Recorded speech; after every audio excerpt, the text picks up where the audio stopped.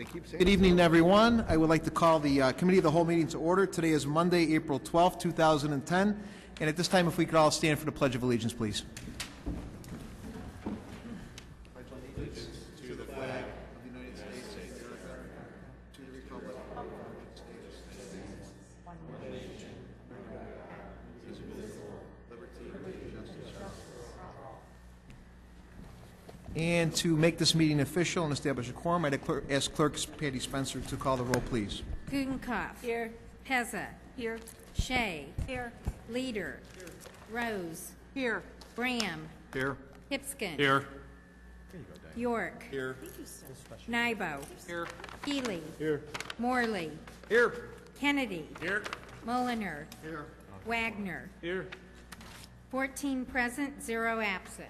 14 present, 0 absent. We have an official quorum. And item 2 on the agenda is a continuation of the review of the budget for 2010-2011.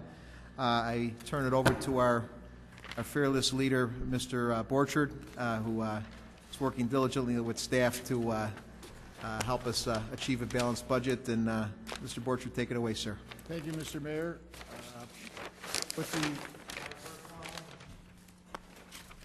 With the work of the City Council, I think this is working here. You've made great progress. We have gone through the budget document now beginning in February with the review of the capital budget, followed in March and through today in April with the operating budget, and gone through once. I've tried to identify on item 2, then A through F, really the last steps to allow for the final approval of the City Council to go forward, and would propose to just quickly step through the letters there, A through F. First item being an update on revenue estimates for the 10-11 budget. Again, the budget provides for an estimate of revenues and an estimate of expenditures, begins to serve then as a planning document for the community, followed by city staff in an aggressive fashion relative to expenditures and expenditure controls. Committee, council will take steps throughout the budget year to provide final approvals on many of the expenditure items that are first provided for in the budget, but then not actually implemented without direct city council authority to proceed. Likewise, there's a revenue estimate. My focus from the staff perspective has been aggressively on revenues, as well as much more aggressively on expenditures because of the Great Recession now being referred to that has adversely affected our ability as an organization to provide services to the Elmhurst community. On the revenue side, fiscal year 9-10 is performed much poorer than our ability to control the expenditures.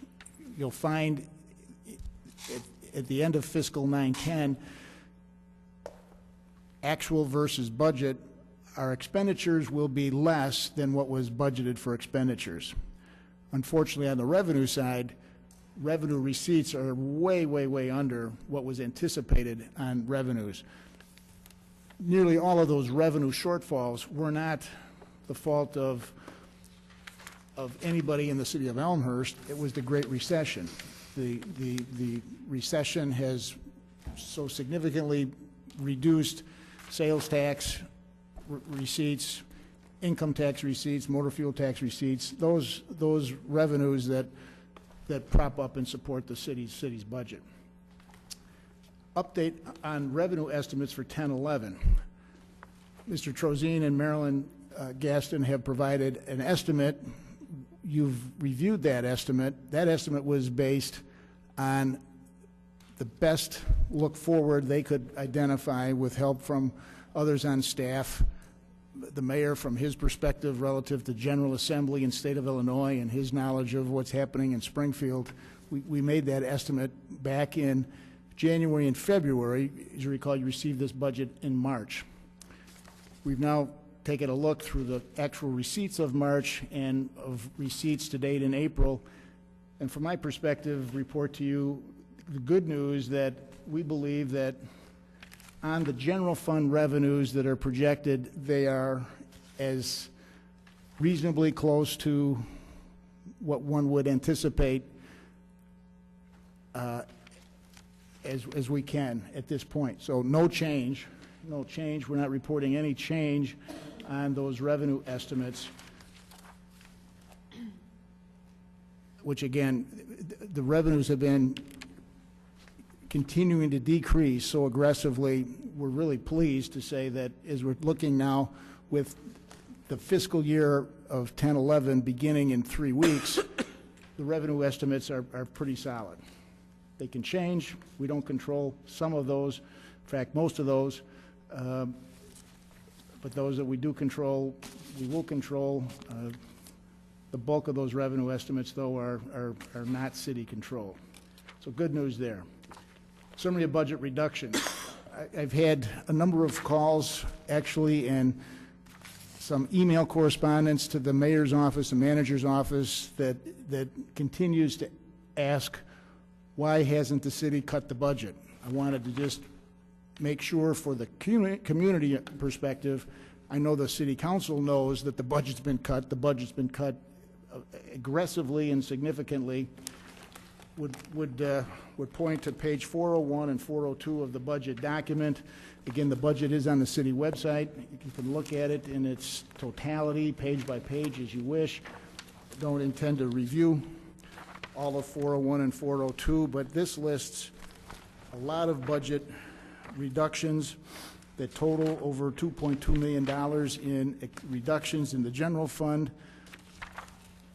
I would suggest that nearly all of those reductions are reductions of expenditures that are significant to a constituency within the community or significant to a department within the city, because it wouldn't have been in the budget to begin with.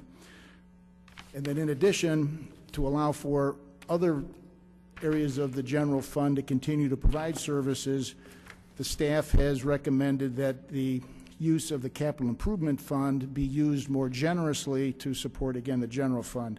And there's $1,286,000 of capital improvement fund recommended expenditures to support general fund areas.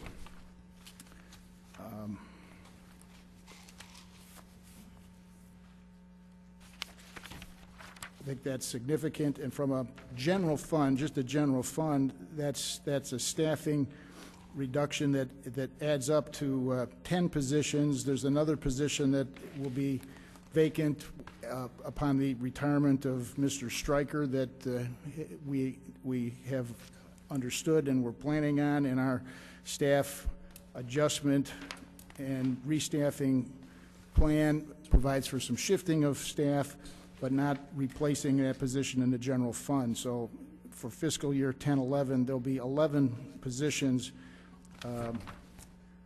vacant that previously provided service.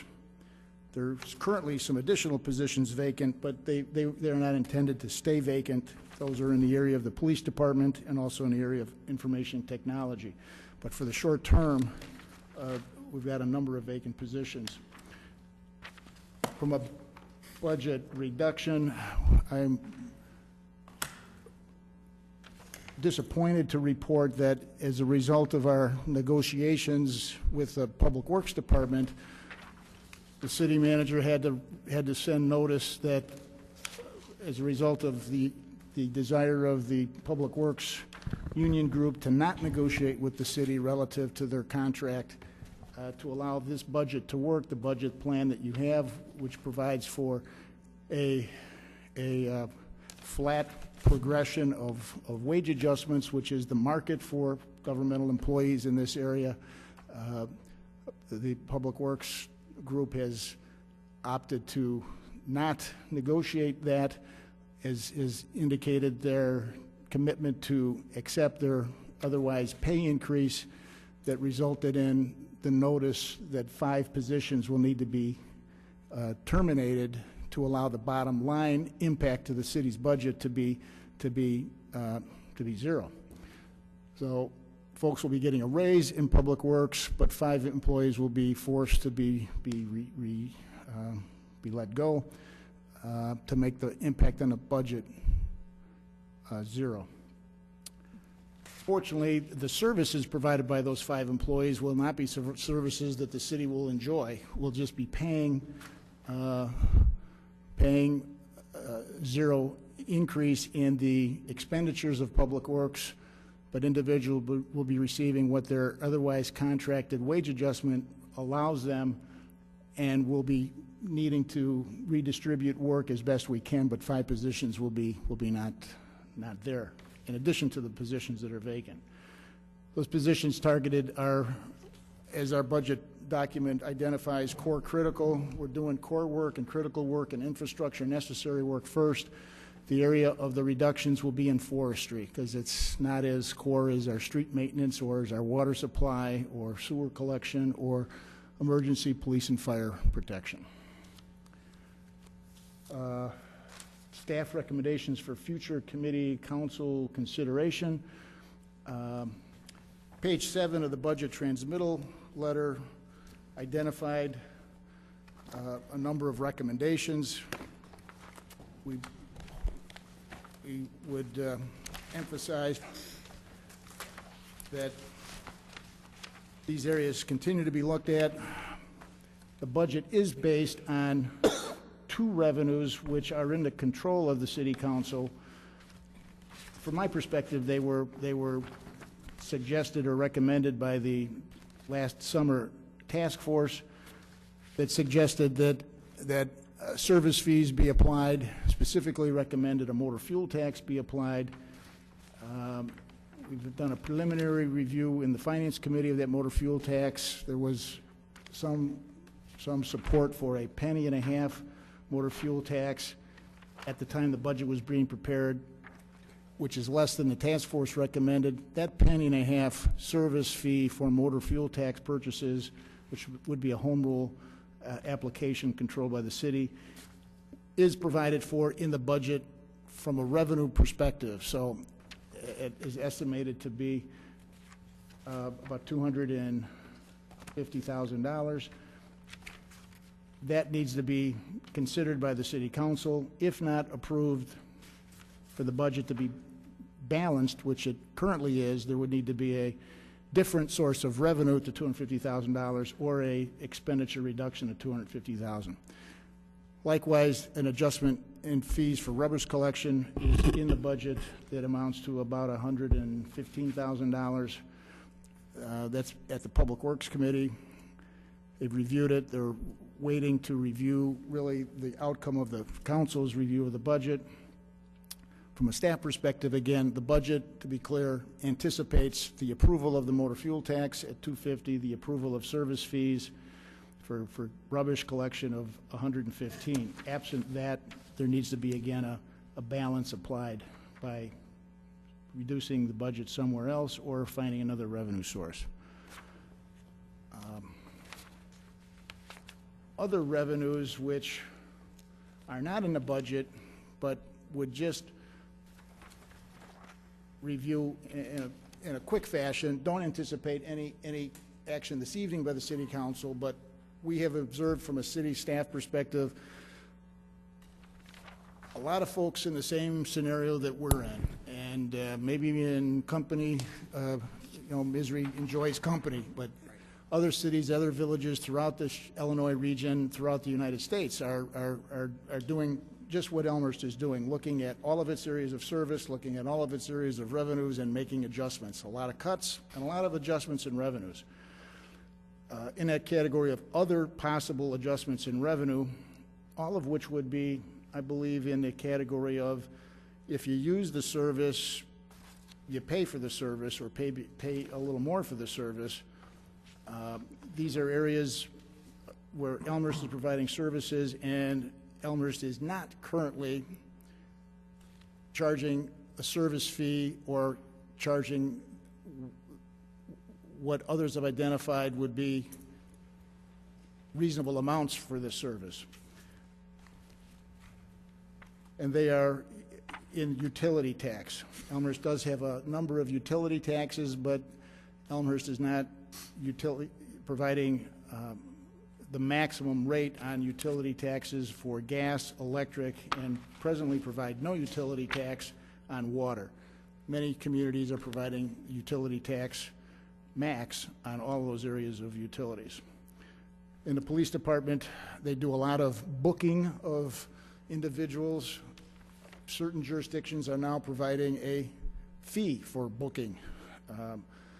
If you use the service, not a pleasant service, but if you happen to burn that service, perhaps you should be paying for that service. I believe that would be an appropriate area to consider. Business license fees. Elmhurst provides for a requirement of all businesses to have a license and to renew that license on an annual basis. City clerk's office, Ms. Spencer's office sends out that material on an annual basis and then processes, I think it's into the thousands of license updates on an annual basis. In the past, the city of Elmhurst valued that information more than the revenue, and with the updates of the business license fees provided in a timely fashion, there was no charge.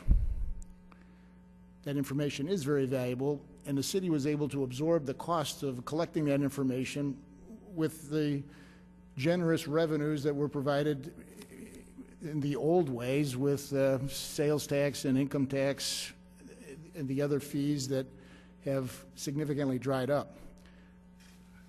Maybe we shouldn't, as a community, subsidize that service of providing business licenses and providing a resource of that accurate information. Maybe there should be a modest but appropriate license fee associated to that. The city provides a lot of special services for parades, for races. In a lot of cases, those are events that are raising funds for other not-for-profit organizations to do very good work, which is a good thing. The city has in the past said, we'll sponsor that, and we'll sponsor it, and we'll issue a permit, and we'll be done with it. But there's a significant expense associated with all of those special events and special services, all of which are provided at no charge. Possibly there could be, should be a charge. And go back to, as another area, block parties. I've enjoyed many, many, many block parties on the block that I live, and we've never had to pay a fee for those block parties. It's a great service. It provides a great quality of life to the Elmhurst community. I think it does set aside the Elmhurst community in a special way, and I would be the first to say that would be a service that should be for free if we could afford it. I'm not sure we can afford it as a community when we're not providing other core infrastructure maintenance items that are essential for the viability of the community long term. Public Works, Police and Fire, etc. So those are just a list of a few other areas where there are some revenues that would be possible. These are smaller revenues, no doubt about it, but we're now looking at every expenditure and every revenue. We did spend some time looking at the cigarette tax. We were very intrigued by the notion of the revenues achieved in other jurisdictions with the cigarette tax, but report to you that the General Assembly has said that no local agency, home rule or not, can going forward implement a cigarette tax. So cigarette tax is no longer an option for cities and villages. That option actually goes back maybe 10 years ago. Several years ago, that option was removed. So again, those are for future consideration. For early consideration, again, we would ask or recommend that we recall the motor fuel tax and waste collection service fees.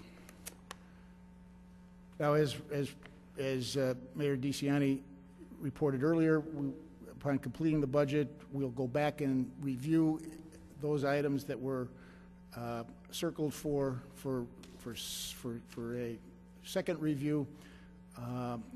There's just a couple of staff proposed budget revisions that are possible.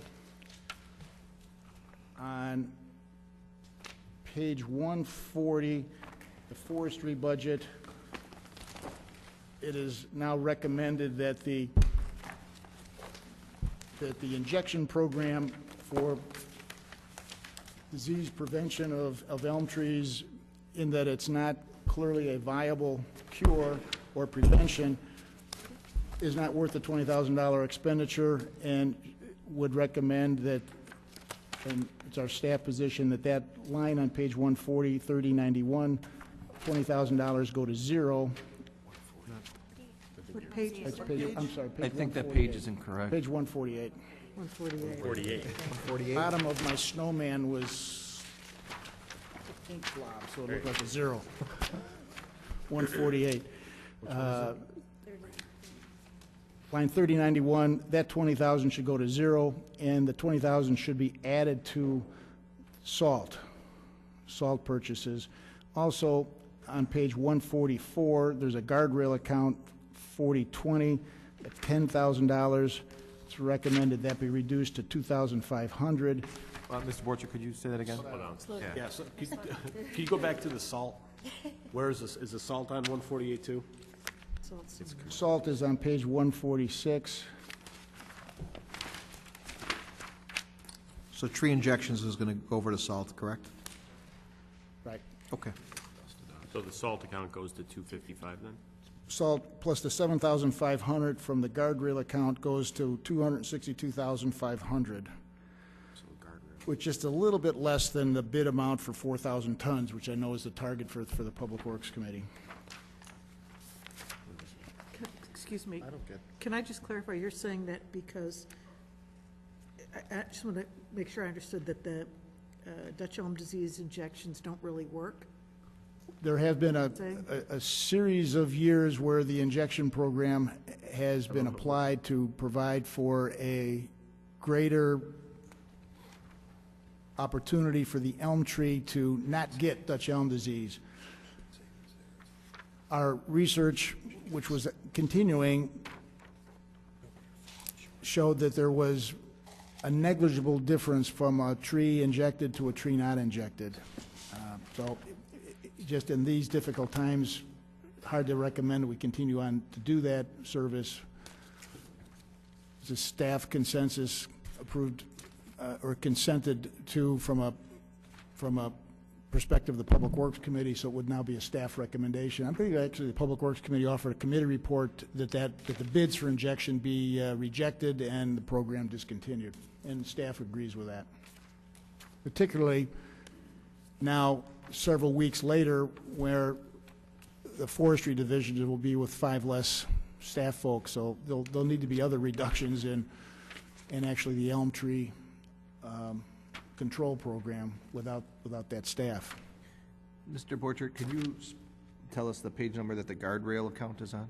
144. Thank you. 144, it's line 4020, guardrail, 10,000 reduced to what's been the more typical amount of expenditure. Again, there's no plan for guardrail installation. This is installation to respond to an accident. $2,500 is estimated to be sufficient, so. Where is he? That, Yeah, I got it. so from a, again, the staff prepares the budget, you approve the budget.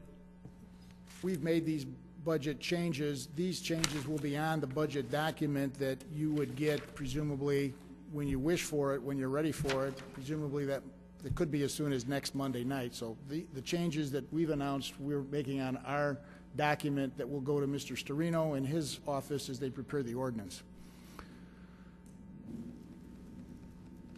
Mr. Chair, I just want to make sure I have the summary right. Can I Sure, ask? absolutely, Alderman Marley. Mr. Borchert, so on salt, the current budget that's sitting in front of us says 235. You have in effect added to that number 20,000 from one line item to remove the Dutch elm and added 7,500 from guardrail. Okay. And it will be in the budget that, absent any other changes that you would suggest and concur in, would be 260.25. Got it. Thank you. The last change, I believe it actually was discussed when we reviewed the museum budget, but it was to clarify, I'll go through it again. On the revenue area on page 92, with the work of the Heritage Center Board, with their increased gift to the city, the revenue goes from 40,000 to 79,800. And there is an associated spending or expenditure adjustment on page 164. Mr. Borcher, could you repeat the first number? Revenue from the Museum Foundation on page 92 at 40,000. There's a commitment that it will be a gift to the city of Elmhurst of 79,800. So we make that revenue change, and then on the expenditure area of page 164, there is the area of the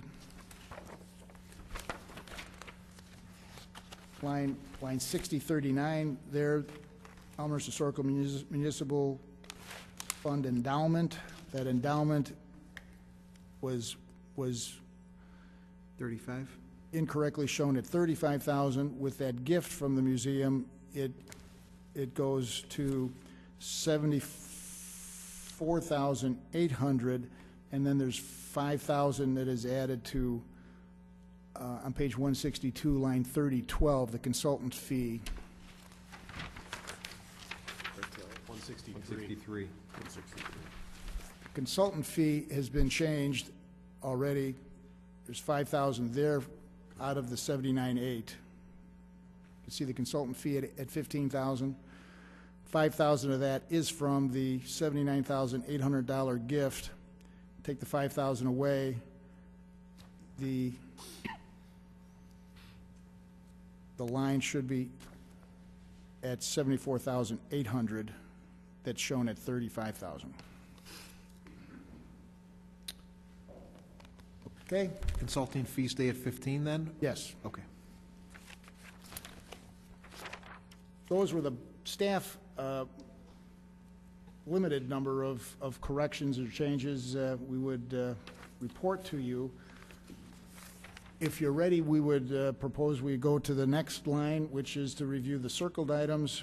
And in that regard, we've circled sidewalks, the rear yard drain program, the entire museum budget, salt budget, kind of covered the salt budget, and then street resurfacing. But before we visit those actual circled items, I would maybe announce one other staff change, and that is to report that good news under capital. I want to go to the 5-year. I go to the 5-year capital budget.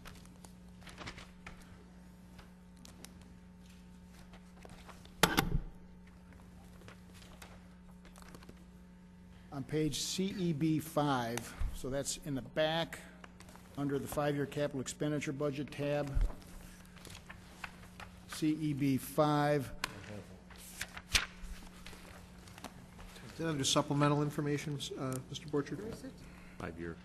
5-year? Next tab. What page? CEB 5. 5-year capital expenditure budget tab. I think it's the last tab. Oh, wait. What tab? 5-year capital. 5-year capital expenditure budget. And then on page 5 of that, CEB 5,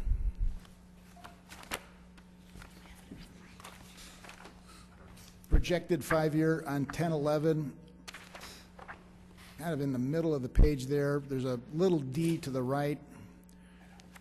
Identifies. Excuse me. We're trying to see if we have this in our budget books here.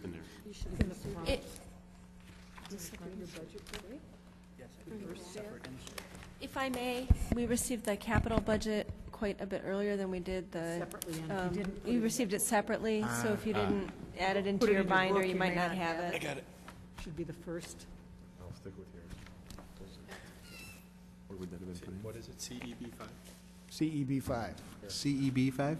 capital expenditure budget. Got it. Echo Bravo. 5. I got the money guy right next to me, he's got a copy of it, we're okay.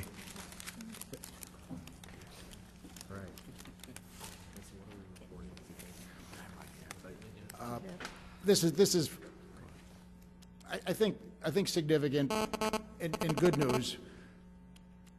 When we prepared this budget, the 5-year CEB, back in January, actually, it was December, you got it in January, we began to review it right after the holidays. We had anticipated a grant for the large first deck. We identified in that early drafting of the budget a $2 million grant. And in a $2 million grant, then there was a plan for 2009 general obligation bond proceeds and debt service that is at $3,562,000 under a transfer in, kind of in the middle of the page there under 2010-11. We just received today a draft of a grant agreement from Metra for that grant that is at the number that was requested and lobbied for and discussed, which is $2.5 million, not the $2 million. With the $2.5 million grant now much more probably going to occur, there are changes that Mr. Trozine would be better able to describe relative to the specifics of the flow of that money and then its impacts to our capital improvement fund. My perspective, it allows this 3.562 to be plus 500,000. So this the 5-year capital expenditure budget that has got, when you look at the bottom line of fund balances and fund balances projected, two numbers that are below zero, which is never a good thing. All the numbers now go positive and provide some opportunity for fund balance to be up, for the council to, as you're looking at the circled items of sidewalks, rear yard drain, museum, street resurfacing, to understand that the budget stays balanced if some of that 500,000 would be used. If you don't use it, that's fine. It'll stay in fund balance, which is a good thing as well. Did I do justice, Mr. Trozine, Ms. Gaston? Okay.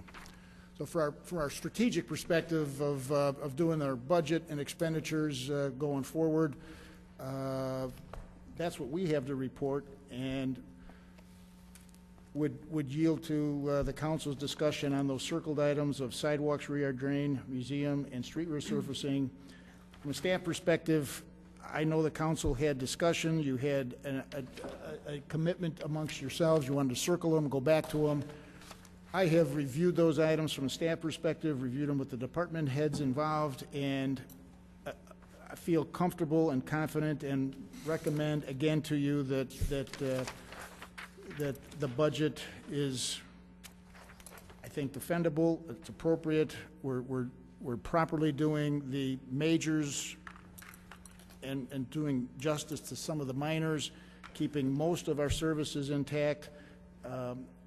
So as revenues return, the economy returns, we'll be able to reestablish full service areas, but the modest reductions in sidewalks and rear yard drain, serious reductions actually in the museum, but the 3 remaining full-time staff people in the museum are there to keep the operation vital. Street resurfacing, we've got some positive, when you get done with the others on the street resurfacing, because of the American Recovery Reinvestment Act success of Elmhurst, and in a recent wonderful success in the ongoing work with Senator Cronin of a $500,000 emergency motor fuel tax grant, our street resurfacing program for this summer season is in good shape.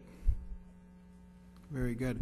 So, City Manager Borcher, what you're saying on the Metra is we originally had $2 million in the 5-year We were always looking for 2.5, but the initial cut of the budget only anticipated 2. So Now we're pretty sure we're going to get 2.5. I've got a draft of a grant document that needs a lot of work on their part, but the number that we like is 2.5.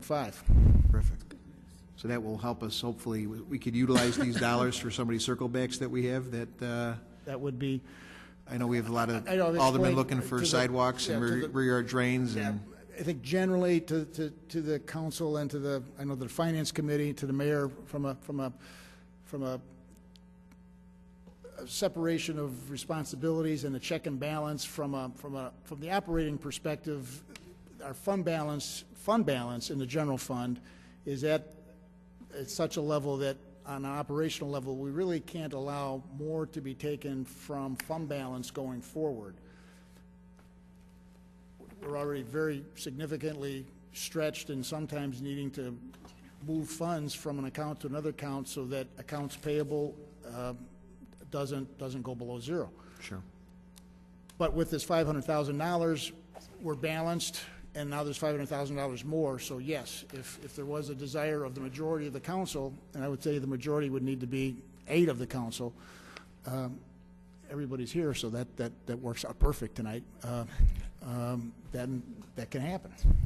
Very good. And Alderman Kennedy was giving me a nod first. Do you have anything to say? Oh, you're good? Alderman Pezza? No, thank you. Just to clarify, so I guess what we're saying is we're expecting the project itself will be on target or hopefully maybe under target so that that extra 500,000 doesn't affect more cost in the garage, correct? The Public Works Committee did review the overall budget of the deck this evening, and the project, now that we're out of the ground, is coming in as anticipated. Mr. Alderman Kennedy? Thank you, Mr. Mayor. Sure. We have looked at we looked at spending tonight. We're going to be under budget. We don't know by how much, but it's going to be we're going to underspend on the project. Again, we won't overspend. We like that word under, especially when Understood. it comes to spending, so that's Thank good. you. Thank you. Alderman Hipskin? Well, this is kind of a good night for everyone. I'm hearing under budget over here, $500,000 unanticipated here. The insurance liability came in under budget tonight, and boy, I'm feeling pretty good about things. That's it. So, and given I know City Manager Borchert, myself, and Senator Pankow, Senator Cronin, we've really been fighting for this Metro grant. Again, this was not in place before we took office. Many of us took office, and many of us worked really hard, and to give our credit to our state legislators who really working hard to bring this home is huge. So, and I saw the document personally at 5 o'clock today when I came in, so that made me feel good, because it's something we've really been counting on, and again, this project was started without the grant, so I think having secured this is huge. So, and having an extra $500,000 come through, that's even icing on the cake. So, any questions or discussions or? Sidewalks and rear yard drain are on page 143 if you wanted to go to those pages. Do you need any direction from us, City Manager Borchert, on that 500,000? We had a motion or anything to No, utilize? we will change, we'll be working on actually a redo of that page CEB 4 and 5, which is a 5-year projection of the capital expenditure budget. Will be there's still some moving parts because of the ERA funds and the other state funds that were committed. We don't have documents on all of those reported grants to Elmhurst, so we're waiting to revise the 5-year capital improvement 5-year projection until we get that clarified. But at least that $500,000, we'll be making a correction and a change, again, from a staff perspective. So I don't think we wanted to disclose that to you as you review your circle back items. There's some opportunity there. And we'll revise CEB 4 and 5 and distribute it maybe in a month or so as we get more information on those other capital bill grants from the state. Very good. Okay. Any other discussion before we enter into the circle backs? But that's definitely, I think, good news that, especially going into these items, we have a lot of aldermen concerned about different things that may affect their wards, and hopefully we've got a little bit of wiggle room here to Just a keep our quick question constituents for happy. Alderman Kennedy. What's the approximate, or for City Manager Borchert, the overall construction costs associated with the parking deck are approximately $5 million? 5 million. $5 million? Thanks. Right. Very good. Okay. There being no discussion, I think we should go right into the circle backs and see what we can do here. Sidewalks and rear yard drain are both on 143. There's a scaled-back allocation for sidewalks. Most of that sidewalk, if not all of it, frankly, are sidewalk areas that the city has a commitment to work on. There's some sidewalk at East End Park that needs to be provided to connect existing sidewalks as a result of the relocation of the stop sign and crosswalk to accommodate a safer crossing of the children and adults to East End Pool during the summertime. Park District is paying half of that sidewalk cost, the city's paying the other half, so there's a city share there. There's also a sidewalk along, is it Elm Park? East of West Avenue, is that Elm Park? Yes. Yeah. Where, on the south side of the street, there's not been a sidewalk, there's really not city right-of-way, but we've secured enough permission from the Canadian National Railroad, they're gonna allow the sidewalk to go on their edge of their right-of-way, there's enough distance to the railroad tracks, but the city needs to pay for that. So there's some city sidewalk there. There really isn't an ability to do 50-50 repair of sidewalk in neighborhoods. If the council would wish to increase that, understanding there is some opportunity from that grant, there are areas of sidewalk that would be better if they could be replaced. Typically, it's a 50-50 with the homeowner. The homeowner pays half the cost, the city pays half the cost, unless it's a parkway tree, which is heaved the city sidewalk, then the city pays for all of that. There's a lot of sidewalk that would be good to replace if we had the funds to replace it. Prior to earlier today, I didn't have an understanding of where the city would have reasonable funds, but perhaps now we do. Alderman Hipskin? I'd like to make a motion to take that line item, 432-3070, from 50,000 to 100,000.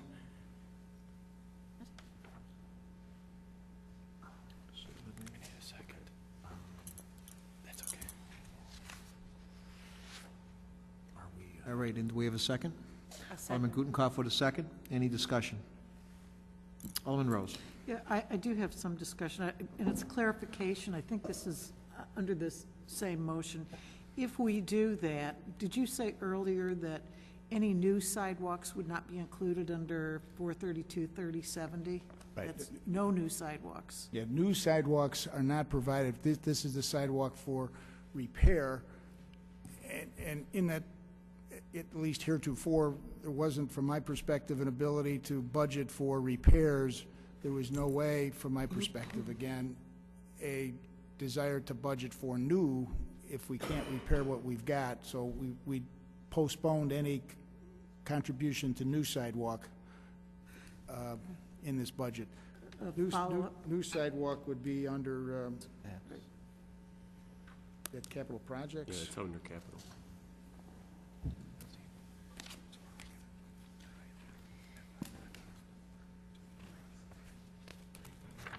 It's in capital.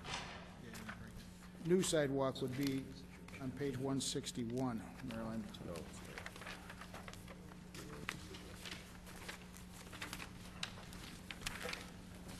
Under public benefits, right. There's been, again, the city council has Can you give me the number? sidewalk improvements on page 161, it's line 8034. I have a Alderman Rose, go ahead. Can you give us an idea? You know, there are some folks that have really worked very hard on this and understand it's gone down sidewalk improvements, it was $200,000. Those requests that have currently been approved, if we were to go through with those, how much would that cost? Not considering any new ones, but just meeting the obligations for ones that have been approved. Do we have any idea what that would cost us? I think, Mr. Hughes, if you could help. It's on a block-by-block basis. I know there's 3 or 4 that were in the queue. I don't think any of them completely came through the process and got to a point where there was an implementation ordinance being considered, but. I guess that's my question. Are there any of them where it really has gone through where they're just going to stop Mr. it? Hughes, if you could explain the status of where those are that are in a queue, if you've got that somewhat available? Yeah. That's already approved.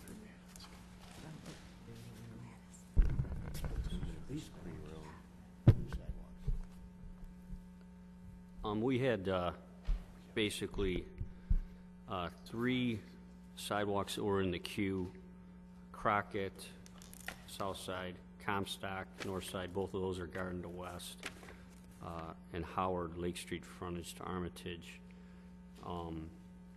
East Side. 110, 125, I'm sorry, 120, 135, and 90. So each of those is on the order. 1,000?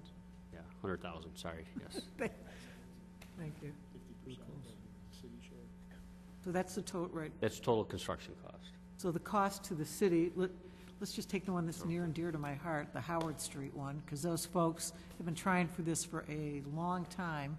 How much is that one budgeted? How much do we think that'll cost? Which one? Sorry. Howard? Howard, that one was 90, so. That's the low one. So for us to complete that project, they have been through the whole piece. They're done with it. Everything is all set. All that needs to be done is the sidewalks need to be done, or are there other issues? Yeah, no, all 3 of those are only as far as submitting a petition. There's a bunch of steps left. All right. Mr. Hughes, could you give those 3 numbers? I have the 90,000. What are the other 2? Okay, Crockett was 120, Comstock 135, and Howard 90. Are these for the 50/50 program, or are these for, they are, okay. It's new. Yeah, this would be like Gladys. Gotcha. I think some of you got here just as Gladys was reaching an opportunity to vote. Remember Gladys. None of these streets got that far, but they're in the process. And frankly, because of the special service area interest, they would be best done by special service area. Would be very difficult and not cost-effective to do under the special assessment process. The special service area still takes once there's a commitment committee and council to proceed, there then is the implementation process, which is a 2-step ordinance with the 90-day, what's called backdoor referendum in between. Understanding that, it might be appropriate to, if there's interest, to, if you'll see on the line I identified, 8034 on page 161, it's projected 10-11-0, projected 11-12-0. I'm not sure that these projects could get to the finish line for construction in 10-11, but they could in 11-12 if we understood that, put it into budget 11-12 and began to work through the remaining steps of the process, put it in place for next summer, because really this summer is upon us. Alderman Rose with a follow-up? That is my primary concern, because I just know how long it takes to get to this, the effort these folks make, and to stop it right at this point. So if we can say to them, you could continue on, there's no money in it for sidewalks this year, but let that process follow through. I just think that's a little more fair to these folks, because this is, as Alderman Bram knows, this is a hot-button issue. Everyone knows this. But once you get geared up to do that, to kind of put the kibosh on it, it's very difficult to get that going. So if there is some way that we can say, don't have any money, but let's keep that process going. Because if you look at all those sidewalks added together, you're taking a pretty significant chunk out of the $500,000 we identified. But if it's a second year out, we would be able to work that into the second year out planning a little bit better than we could this. Yeah, we don't want to use all of, You I bet, think we've got right. other areas too. Right, but we don't want to stop them in their process. Right. If they get that message that they can continue on, there's no money, let's be clear with them, there's no money for this year, but continue on with the process, that's, for next year, that's more reasonable. Absolutely. Alderman Hipskin? This is, I know we're a little off topic here, which is okay. And through a different motion, maybe you could suggest an IOU program, so if they continued it this year, next year is budgeted, they would be on the queue to get that money as long as we passed it. So, Hear ya. not in this motion, but in another. Sounds good. Very good. Alderman Kennedy, and I'll go to A Alderman. question from Mr. Hughes. Mike, you talked about you had projects on Crockett, Comstock, and Howard. Is that the order in which they are in terms of prioritization? Like, not prioritization, but, you know, being in line, so to speak? I'd have to check. They all came in really close, Okay. you know, in terms of us receiving the petitions, and that's what holds your place in line when you get a petition up to 51%. So all three are very close, but I think we can discern which one is which. Right. So just to clarify for everybody else on the council, even though Howard Street may be the one we want the most and is the least cost, there may be one of the other projects that is further ahead in the line. That's okay, So just, as long as it doesn't get we kicked out don't, of we the haven't line. picked and choosed in the past to do this. We've gone by who's in the door first. Very good. Thank you. Alderman Brown? Thank you. Just to add, and I agree with Alderman Rose's concerns in regards to the new sidewalk installation, because it is very much a hot topic, no matter what part of the neighborhood you're in. You talk sidewalks, and both sides get heated. Very passionate. But just talking tonight in regards to in the Public Works Committee, Howard's going to be dug up this year in regards to water main replacement.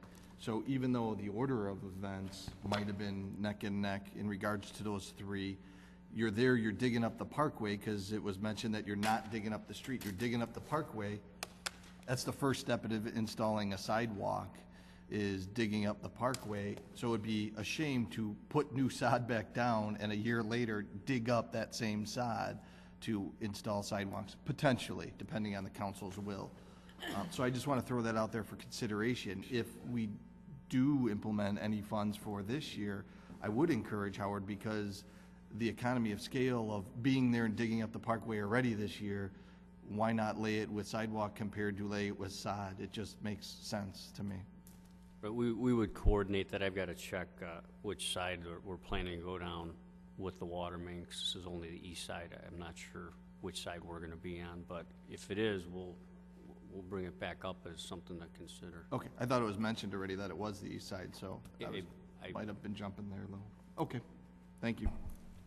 Very good. Alderman Shea? Yeah, I would like to also keep the sidewalks, you know, in, going out to 2011 and get the process, at least let them keep continuing, because I believe all three of them were in last fall. Yes. Yeah, so they've been waiting a long time. I know they've kept calling, and they're really concerned with this because they've met all the requirements, and they would like to at least keep everything going so they feel like those sidewalks are coming. Very good. So we have a motion to move the sidewalk budget from 50 to 100, and one more discussion. I got Alderman Morley, and I'll go back to Alderman Healy. Alderman Morley. I'd just like a clarification on what we're actually voting on. And maybe city staff can help. I know there's times, and City Manager Borchert mentioned, I don't know, sometimes we'll dig up a road and we'll break up a sidewalk. That's 100% the city's costs. And then there is times where we have special service areas that vote on a sidewalk. And then there's the 50-50 program, and then certainly there's always the 100% funded by the homeowner option. What specifically in this line item versus my understanding of the intent of Alderman Hipskin's line item, or Alderman Hipskin's motion, or the motion that we are considering, are we just talking about increasing curb and gutter repair by $50,000? Is that all we're doing, or are we attempting to push anything else forward? Because I'll go back to the gentleman who made the motion, Alderman Hipskin. My intent for the motion is to the areas around the high school, to fully fund those, and the 50/50 sidewalk program across the, across Elmhurst. That is the intent, are we on? Yeah, the city projects are in the budget. I'm sorry, say that again, Mr. Borchert? The city projects are in the $50,000 that is in line They're already there. 3070. My understanding of the motion is that 50,000, which is a lot of 100% city stuff, would be changed to a larger amount, that specifically being 100,000. The difference from 50 to 100 would allow the sidewalk 50/50 program to have $50,000 worth of work done on it. Then the new sidewalk, which is on page 161, I didn't include 161. I included the 50/50 and Alderman Gutenkopf. I just want to make sure that that was your intent too. So really, I'm adding $50,000 to the city projects and the 50/50 is the intent. And I think that we cover it correctly under this line item, and if staff agrees with me. Is that correct? that's my understanding. Okay. If that's approved. Follow-up question. Alderman Morley? Is that considered then fully funding the 50/50 program based on past history? No. What would be the past history of? 200. Or 100 probably, right? Anywhere, if I look back at 07, 114, 08 is 133. Okay. So we're still, we're not fully funding it. And I don't know if we want to, in these, in this budget time, really just fully fund it. All right, final clarification, if I may. Sure. Just to get this straight. Howard, Comstock, and Crockett was a total of $345,000, of which would have been funded 50%. Does that fall under the line item that we're talking about here? That's a completely separate line item on page 161. Correct. Correct. All right. Okay. Yep. Alderman Healy. Question, how are we paying for this? We are paying for this out of the extra $500,000 that we have coming in, that we didn't think we'd have coming in from. We allowed $2 million in that Metro grant in the budget, and we are allowing now 2.5. So we've got an extra $500,000 roughly. Follow-up, please? Yes. From a staff perspective, that 401, 402, where we list the use of the capital improvement fund, as you continue to use parts of that 500,000, we'll change this page 402 appropriately to bring that up to date. Very good. That'd be the funding source, would be capital improvement fund. And albeit it's a well, capital improvement fund has in the past funded the new sidewalk. Typically doesn't fund repairs, but does fund the new sidewalks. Alderman Healy? Follow-up, thank you. Okay, so, and correct me if I'm wrong at any step of the process here. The Metro grant, whether it was $2 million or now $2.5 million, was based on the state's capital improvement program, correct? The state passing a capital improvement budget, most of which has not been funded. I mean, they put a funding mechanism in place, but most of that funding mechanism has not come through, will not come through, to the point where the capital improvement budget at the state, how much confidence do we have that it's going to be funded, that they won't make some adjustments to it, to the point where we'd ever see that $2 million to $2.5 million? Can I jump in real quick on this one? There's two capital bills. This is a capital bill for the RTA. That's where these dollars are coming from. Correct me if I'm wrong, City Manager Borchard, but which is funded. And now we don't have the dollars in hand yet, but the RTA capital bill is something that is is going to happen. The other capital bill as well, the regular state capital bill, has a pretty darn good likelihood of happening as well too. There are issues. I mean, until we have the money in hand, but we have a documentation from Metra, stamped saying the grant is approved and coming, but it is a separate capital bill for RTA, which I think is helpful. And especially given the fact, too, with this other state, the ERA funds, I believe, which were... ERA come from the feds, but they're allocated through the state. Right. So we've got a pretty good track record right now, and with the documentation, I think we feel pretty darn comfortable. Otherwise, we'd be looking at $2 million that we would feel uncomfortable with. So, Well, I am concerned though that because, and maybe I'm wrong, and if I'm wrong, tell me. I thought the RTA, and I knew the RTA was a separate, but it was still part of the capital improvement. It was part of the larger bill. That it doesn't have a separate funding mechanism, that it was part of the larger bill. I believe it's separate, but I could be wrong. City Manager Borchert, do you have any? I'm not an expert on the funding of the capital bill. My understanding, though, is that most of the capital bill has been funded. I know I helped fund it with my state license plate renewal, which is up $20 from last year. That's in place, as well as a lot of other components of the funding of the capital bill are in place. What's the only area I think that's a bit up in the air has been the poker in the tavern thing, whatever that bill was, that portion. Video gaming. The video gaming component, which is in place in many jurisdictions, but not in all. So they're still working on closing that missing part, but that's a small part of the capital bill. Right.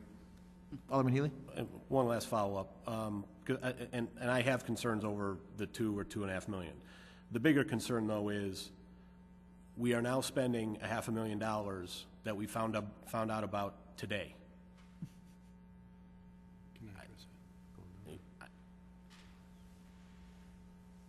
I don't want to say I'm uncomfortable with it, and certainly I don't doubt anything I've been told, but it's almost like the white knight comes riding in and with $500,000 and we're off and spending it already.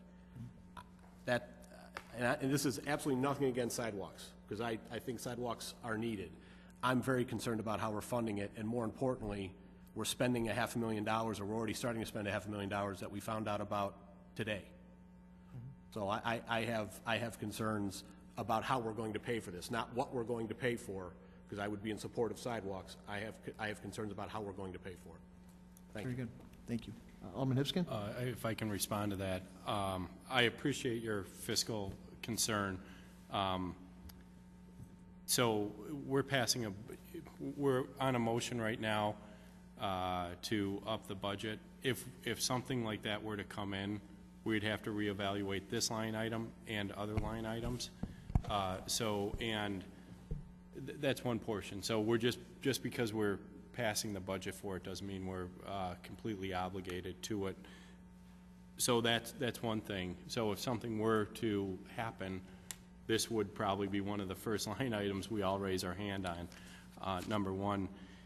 Number two, I think that through some of these circle items, we're going to see some other cuts, and just that area of the other cuts, I think, may or may not, depending on how those other cuts are voted upon, will supplement this. So that money that my intent is not to spend that money that we found out today at 5 o'clock for. It is, I think that this year, when we ask the citizens to pay,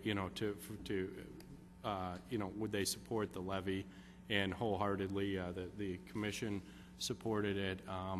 We all supported it. Most of us supported it up here. I feel like sidewalks, as you feel, sidewalks are very important, and this is something that can give right back to the community. So if they're paying more, let's continue the services. Certainly, I didn't take it to the fully funded past historical levels. So I do appreciate your conservative approach to this, because we need that up here. There's no doubt about it. And those questions that you pose are fantastic. But I do think that we will find other places within the budget that will probably fund this. And remember, once again, we're not obligated to it, so if something were to happen. So continue on, please. Alderman Gutenkopf? Thank you, Mr. Mayor. Perhaps it would be helpful if we thought of this as restoring funding to a program that we cut. These aren't new programs that we're trying to add to the budget. So perhaps it would be helpful to remind ourselves that what we're doing here is revisiting programs that we've targeted and now are attempting to identify things that we think are high priorities that should be restored, at least as Alderman Hipskin said, not to historically funded levels, but to a point where we can improve the quality of the infrastructure of the city by adding some funding back into these. Alderman Morley. I'll say it, I'm uncomfortable with it. It's $500,000 we just found. From what I understand, our working cash fund is non-existent. Our operating fund, which is supposed to be funded to the extent of maybe 4 months? 3 or 4 months, is that a month and a half? Maybe? Okay. Early on, I can't even yell at an alderman. I'll wait for the chair to return. I apologize. Okay, now you can. Thank you. I am uncomfortable with immediately turning around and spending it. City Manager Borchert said when he presented this budget, and I do take what they say. I trust completely what city staff has said. I have complete faith in them. I think we talked about it once. If we didn't have faith in them, they wouldn't be here. But City Manager Borchert specifically said over the last month and a half when we reviewed this budget, this is it, guys. If you have something that you want to add in, you've got to figure out how to pay for it. And that's the way I took Alderman Healy's question. Our working cash fund is non-existent. Our operating fund balance is at less than 50% of what our municipal code says it should be. So I am thrilled that we have an extra $500,000 somewhere that's falling to our bottom line. I'm not prepared to spend any of it tonight. So I'd be very happy to put in sidewalks. It's the one thing on my list that I want to put in the 50-50 share program. But I'd prefer to put it in with a discussion of how we're going to pay for it. I'm great with the $500,000, and I'm going to put it over here. But I'm not going to start spending it tonight when I just found out about it, especially when I know that there's other fund balances that are below what we expect or at zero. Thank you. Thank you. Alderman Brown, and I'll go to Alderman Nibel. Thank you. Actually, I was going to withdraw my hand on that because Alderman Morley summed it up very well. Really what it comes down to is I'm not willing to spend a dime of it tonight. Now, after further evaluation, listen to people's ideas on what are their priorities. I think that's a discussion we should have tonight. But making a motion to spend a dime of that money tonight, I think we're jumping the gun a little bit. So I agree with Alderman Morley 100% in regards to at least tonight, maybe not at all during this budget cycle, but I think we should sit back a little bit and evaluate where we are before we start spending the money that we found out about today. Alderman Nibel? Thank you, Mr. Mayor. I'm also a little confused about the motion on this one.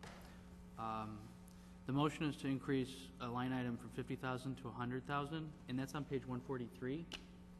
Yes. And then there's also a line item on page 161, and I think this was discussed. The difference between 143 and 161 is again. The motion that was made was all on 143 that changed the 50 to 100. There's been discussion relative to page 161. 161. 161 for new sidewalks for the projects that are in the queue that add up to about 345,000, but not for 10, 11, but rather for 11, 12. Okay, so what Alderman Rose was talking about, which Would be a motion not yet made, but would be 11, 12. so line item 140 or the line item on page 143, that's not for new sidewalk. That's just for sidewalk repair. Correct. It's for from a homeowner perspective, it's for sidewalk repair, 50-50. on the city side, there are some gaps where the city is obligated to put in some sidewalk that would be funded 100% by the city. And can you describe the backlog on the sidewalk repair projects? The list for 50/50 is it's typically $100,000 to $150,000 worth of expending each year, with about half of it then being paid for by homeowners. So does that mean that there's $75,000 worth of projects that were there this year, but that we weren't able to address? I'd say yes. Thank you. There's a backlog. If you see this current fiscal year was cut back. Yeah. You see estimated 09-10 is only $72,000, but that was a cutback year. We've been throttling down because of the inability of the city to match the homeowner side. Previous year was $133,000. Prior year, $115,000. It's usually between $125,000 and $150,000.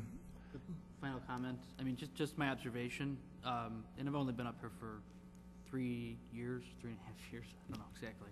But I even had one comment about, from a constituent of mine, even though it's, only one of 7 wards, not one person has said, well, I don't think we're repairing sidewalks as quickly as we used to. I have, that's my personal experience, is no one has complained about the cutback in this line item last year. Very good. Alderman Pezza? Thank you.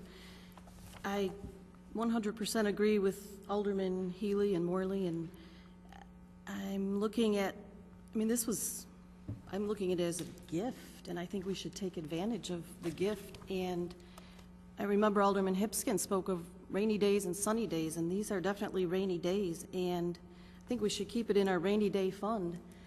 And we don't know what next year is going to bring either. Who knows?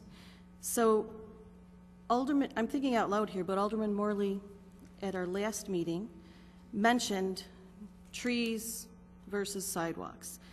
And I've kind of done my own little personal survey, and 50% of the people said trees and 50% said sidewalks. So I don't know if it's possible to take some money from that tree program, put it into the sidewalk program, and then make the trees a 50-50 program. I know we said we've never done that before, but I believe from the totals, and Mr. Hughes can correct me, let's say we did a 50-50 tree planting program. Someone wants a tree. What would it actually cost that resident on their half to plant that tree in the parkway? Is it like $75 or something, or $85?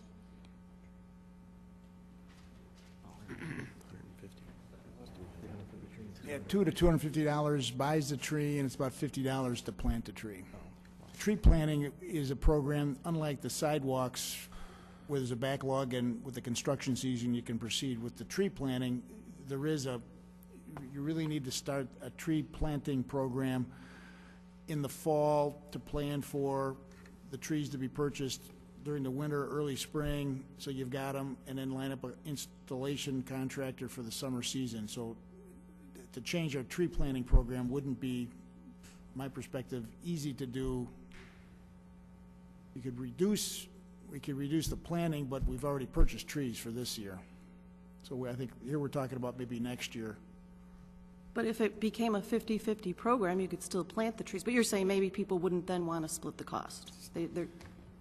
We could certainly say, new deal, got to pay half. Would you put us on task? Just a thought. Alderman Rose? Yeah, I'm wondering, just in terms of process, that we've got this $500,000. I really support this notion of increasing our obligation. We have to keep stuff repaired. I will say that I actually have heard people in the Third Ward say that, and I've actually said it myself as I've tripped over sidewalks. Geez, this looks pretty bad right now. But it seems to me that we have a variety of things where we could increase lines, or we could not cut certain lines. And it would seem to me that the city manager, as budget officer, hasn't really had a chance to make some recommendations to us about the use of that $500,000. So I'm concerned about saying, let's do it here, and then we get down 50 pages, and I go, oh, wait a minute, I wanted to spend it here.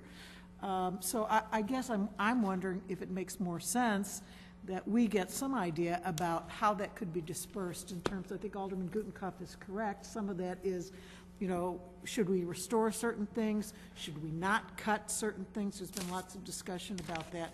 I would think it's the budget officer's responsibility to give us some idea about how, some recommendations about how that might be dispersed. And I've not seen that. I'm as excited as anybody about $500,000. Sounds wonderful. But I'd like to have some idea about what are my potentials here to buy, to not cut, before I go saying, yeah, I want to do this, this, or this. I don't know what my range of possibilities is yet. So I'm wondering, is there some way that we can approach this in a better way? And I'd also like to apologize for hijacking the discussion into new sidewalks. That was a hijacking of opportunity because it's such an important issue for me. So I apologize for moving that and confusing Alderman Nybo about it. Apology accepted. Thank you. And for I'm Alderman, gracious. quick mention on the extra 500,000. We do have documentation. We did have the 2 million already figured in as a promise, because we had documentation on that. To not accept this 500 and actually look at utilizing that would almost say we shouldn't use the 2 million. And I think, you know, that would really put us in a tough spot because we haven't received the 2 million either yet. So, in my opinion, I'll rely on staff, but if we've got documentation, in fact, the governor's office called me and said, would Elmhurst do a ribbon cutting with the governor there if you know, if we bring the Metro grant in? I think that's a pretty good indication we're going to get the dollars. Yeah, check and balance from the operations side, staff, in my opinion, can't allow the fund balance to drop any further. It's below your imposed limit. With your approval, it's been below your self-imposed level, but at this point, it's at a level where operations are adversely affected.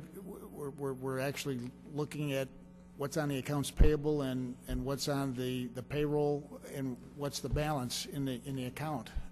So the balances are too low. In the budget document, transmittal letter, in part understanding there was going to be this higher level of unknown about the future, there was a recommendation that in a structural fashion, we, at a quarterly basis, at least quarterly basis, revisit the budget, revenues and expenditures on a quarterly basis with the Finance Committee and with the City Council, so that we stay on top of this situation. The stock market's looking good. Stock market's coming up. If that results in buying and jobs and income and those other revenues that fell away from the city coming back quicker, there will be an opportunity to, your policy, direct some of that increasing revenue into fund balance and then say, here's our priority for reestablishing the previous levels of service. As Alderman Gutenkopf suggested, the Sidewalk 50/50 program isn't a new program. That's been a program in place in the city of Elmhurst since there's been sidewalks. We repair them, we maintain them. And that's, I think, an obligation that the community has, and it's been responded to aggressively by the councils and this council. That's what keeps Elmhurst in a high quality. We need to be after that. So as the revenues come back, I would be certainly supportive of some in the bank account, reestablish fund balances, but some to reestablish the services that are part of what Elmhurst is special for. Absolutely. And keep in mind, we had a task force that gave us... And on the sidewalk side,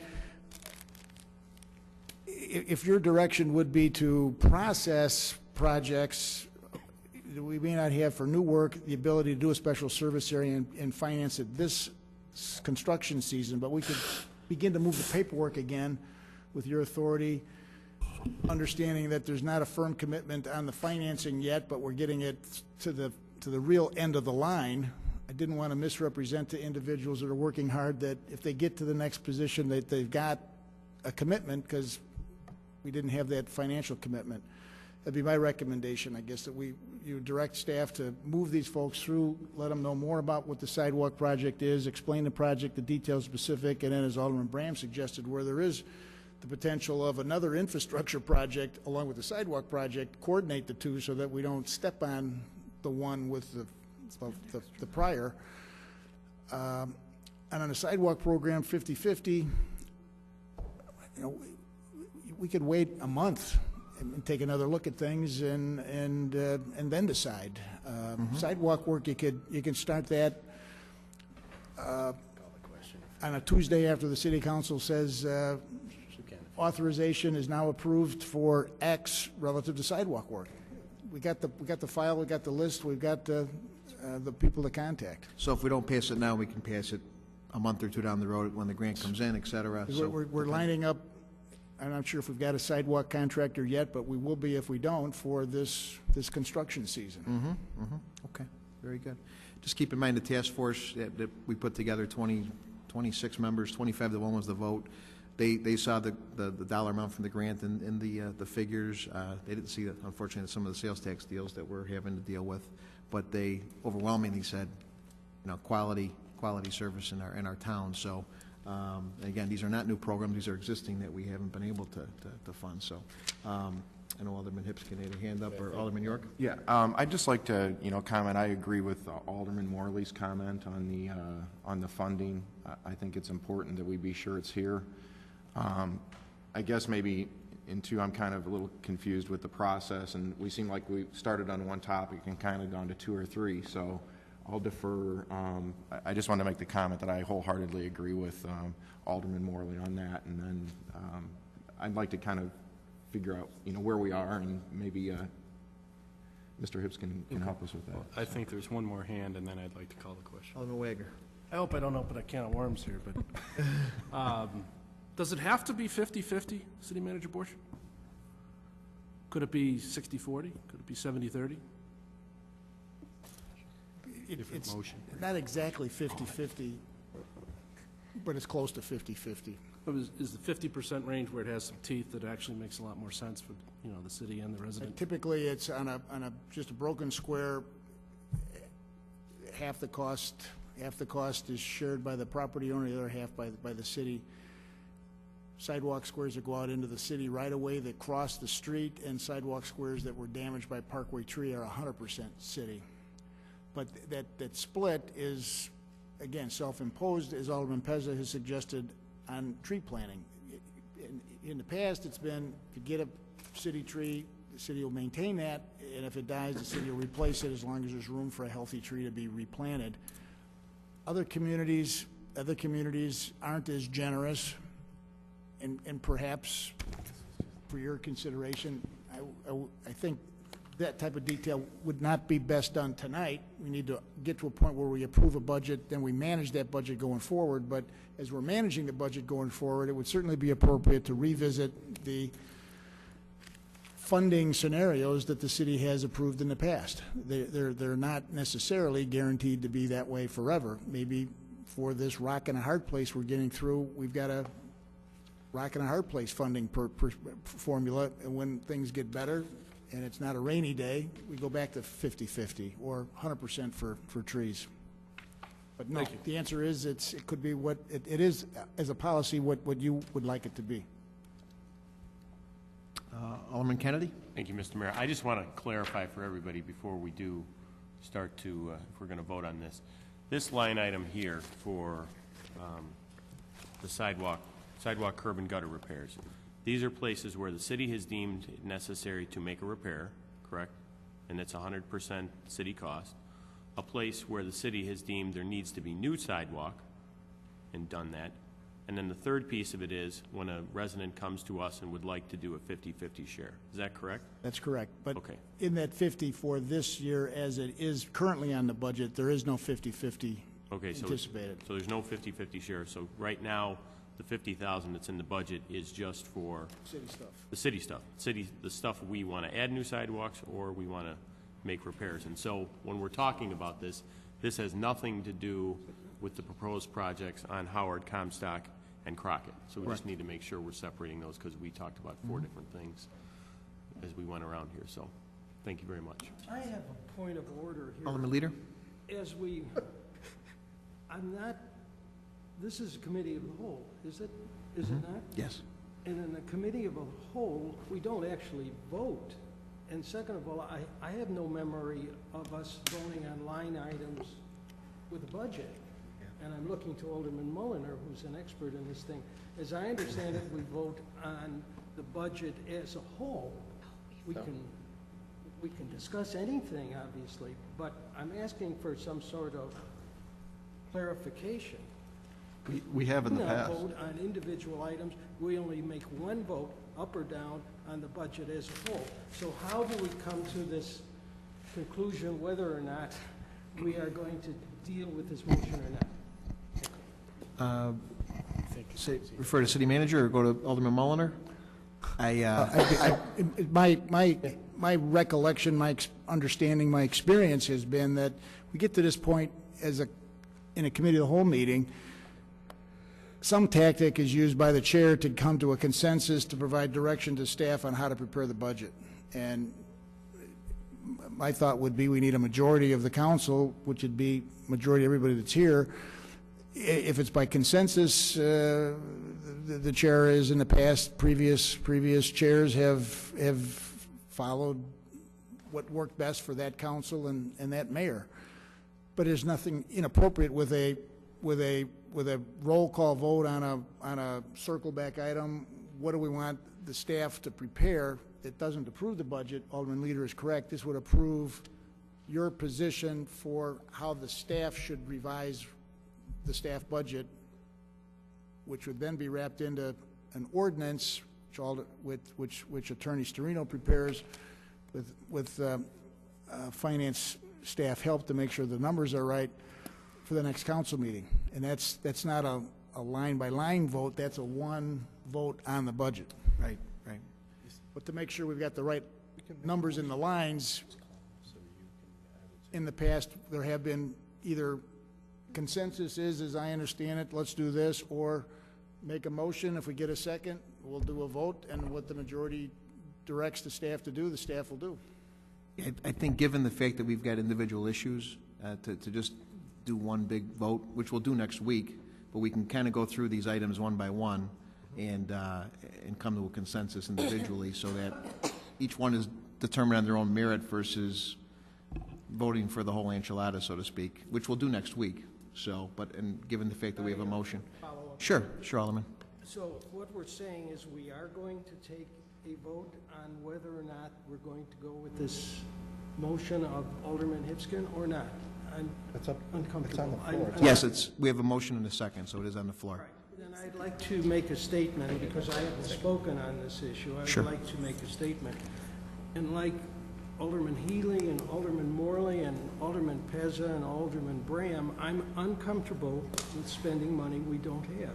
I'm not questioning whether that money is coming. That isn't the issue. Nor am I making a statement. Your mic, so we can. Oh, let me go back. I'm uncomfortable with spending money I don't have. And I'm echoing Alderman Healy and Alderman Morley, Alderman Pezza, Alderman Bram, and maybe some others. In fact, I'm uncomfortable with any additional spending at all at this point, quite frankly. So this is not, for me, about sidewalks. Fine issue. But I think we're here not to spend any more money. I feel very, very uncomfortable, even with a wonderful issue, and there are other wonderful issues here. That's all I want to say. Thank you. Thanks, Alderman. Any other discussion? Alderman Hipskin calls the question. And ask Clerk Spencer to call the roll, please.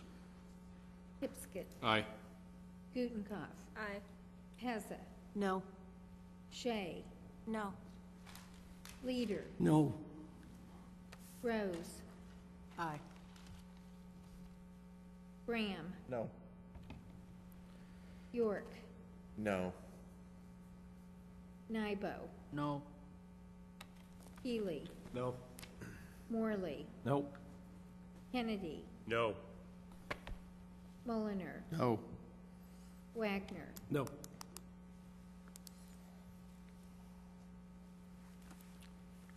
Three ayes and 11 nays. 3 ayes, 11 nays, that motion fails. And Alderman Mulliner? I'd like to make a motion. Sure. I'd like to make a motion that we take the $500,000 when we receive it and put it in the bank and hold it for the first quarter. And at the end of the first quarter, review any outstanding items that we adjust tonight. And that way we know we have the money and we have an opportunity to see whether we need that money for any other purposes. Okay, we have a second by Alderman York. Third. Discussion? Point of order. We don't have the money yet. Pretty sure in a committee of the whole, we can make advisory motions to take this out of the budget or put this out of the budget, but I don't think we could take anything beyond directing staff to give us a final budget recommendation at the next meeting. So that's a point of order. Yeah, I agree. Point well taken. Okay, let me modify my motion. I believe that my understanding was that the city manager had proposed putting the money into the capital improvement fund. When we received the money, I proposed leaving it there for the first quarter. And until we identify that we actually have the money and we identify that these needs are necessary for this budget year. I have the same feeling that a lot of other aldermen up here do, and that is that we don't have the money to spend right now, and we need to set the money aside if we have some extra until we can see what's going on. Okay. No, that's not what we normally do. I think we need a second. We have a second? Yeah, Second by Alderman York. Point of order again? Well, not a point of order, but I mean, I'll be happy to vote on that, and we could probably take 5 minutes on this topic. I mean, that's a great idea, but what you're essentially doing is you're recommending that we keep an item of the budget exactly as staff has recommended that it be, which is go to the capital improvement plan. And that's essentially validating what one component of what staff has given us, but we can vote on it, just as a matter of policy preference.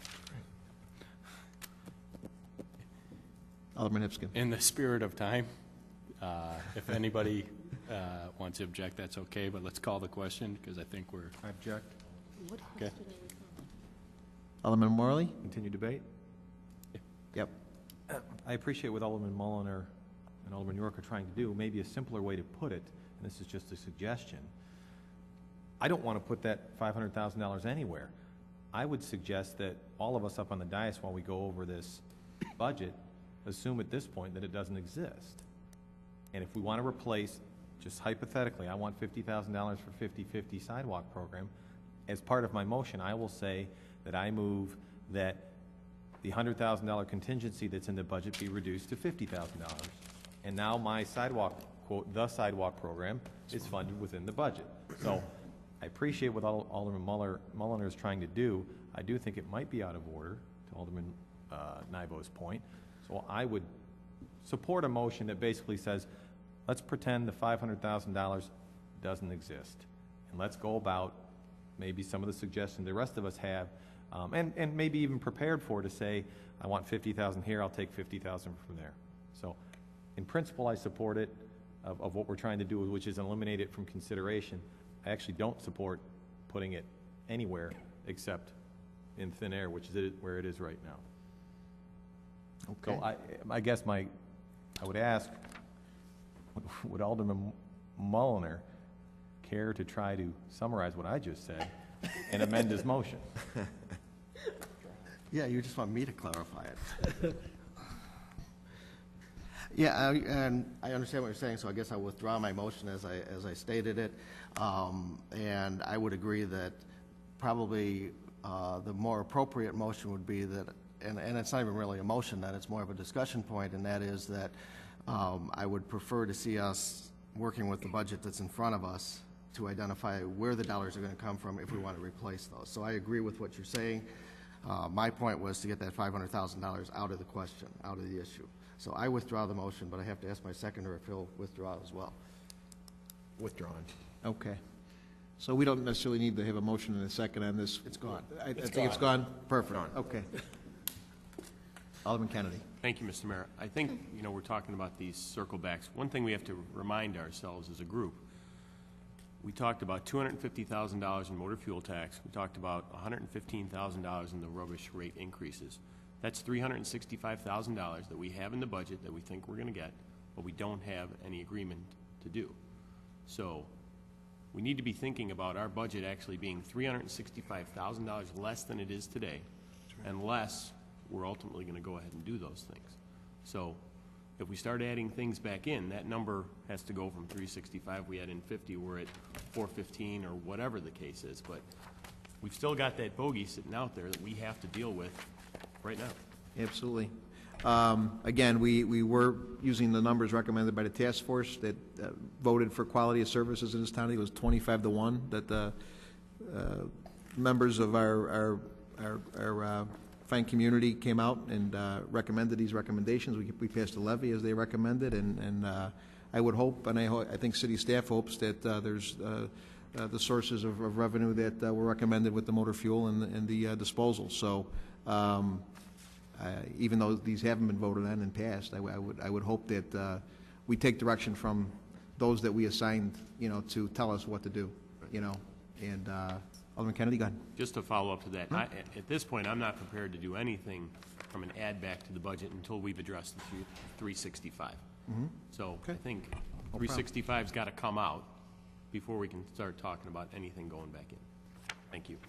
Thank you. All right. Well, I think we could maybe then identifying sidewalks as discussion closed. Consensus. And my perspective would be to again, the last sentence in that transmittal letter says we need to, as a team, council, staff, review this budget in whatever form it's going to be approved at on a pretty regular basis to be flexible and make adjustments appropriate to best serve the community. And at this point, my perspective is the budget, it has been prepared with the modest adjustments that we've recommended and explained to you.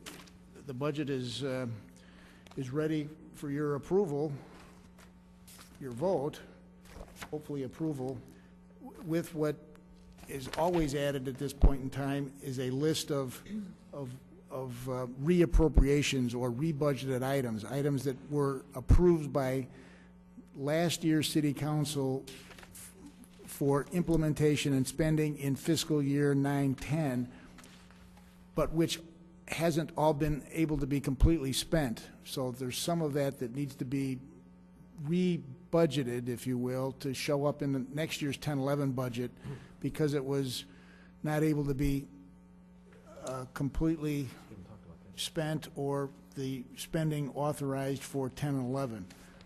As an example, the carryovers / reappropriations would include 4 police squads that have been previously authorized to be purchased. They're not going to show up until after May 1st, so they're going to be paid for after May 1st. We're not going to spend those dollars this year. We'll spend those dollars next year. The dollars aren't in next year's budget. They're in this year's budget, so they have to be what's called reappropriated next year. The police in-car video equipment, same situation. The IT document imaging system. Items like that, finance has got a list of. They will attach that to the budget document. Attorney Storino's office will prepare the budget ordinance. Budget ordinance will be the budget that you've reviewed and the reappropriations, and be in the next Monday council meeting, which is the last regular meeting before the fiscal year ends. So we're right on time, right on schedule. Relative to the items of interest for circlebacks, I think we look at those on a regular basis going forward.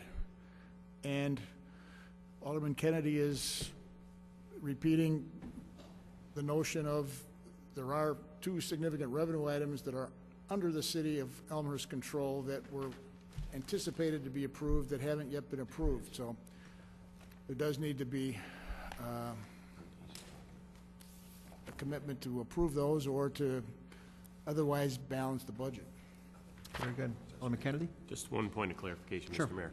The 3 items you pointed out before the staff proposed budget revisions, you said $20,000 for the elimination of the DED program, $7,000 for the $7,500 for the guardrail, and then the Museum Foundation donation went up 39,800. So net result is 66,800. Total change in the budget. You're going up in one side, yeah. It was really, No, you're going up in one side, down in the other. So the total, the sum total is gonna be 66,800. But it went to salt. No, just forget about where it went. The total factor is, it's $66,000 difference. No? well, No, it's- but that's a gift. That was a clarification of the gift. It's a commitment from the Museum Foundation. They sank that right back into the budget, so. We increased the Back revenue. to zero. We also increased the revenue on page 92. Okay. All right, so if we take those two, you have 27.5. So 365 minus the 27.5, we're still at, no, hold on. No, I'm talking about the 365 that's related to the motor fuel and the rubbish. So if you take 365 minus 28, right, roundabout number, that's the number we still are, if we don't do anything with motor fuel, we don't do anything with rubbish, that's how much we have left that's unfunded. It is. No, I think we're balanced, we're back to balanced. The reduction of the forestry and the reducing of the guardrail, that was balanced with the increase on salt, so that's balanced. And then the Museum Foundation, there was a correction on the revenue, all of which is spent on the expenditure side. So that was, again, a balanced revenue that was missed in the revenue side. Part of it was in the expenditure side. We needed to add the rest of the expenditure, but that expenditure is with the revenue. So those items are balanced. What we're not balanced on is the MFT and the rubbish.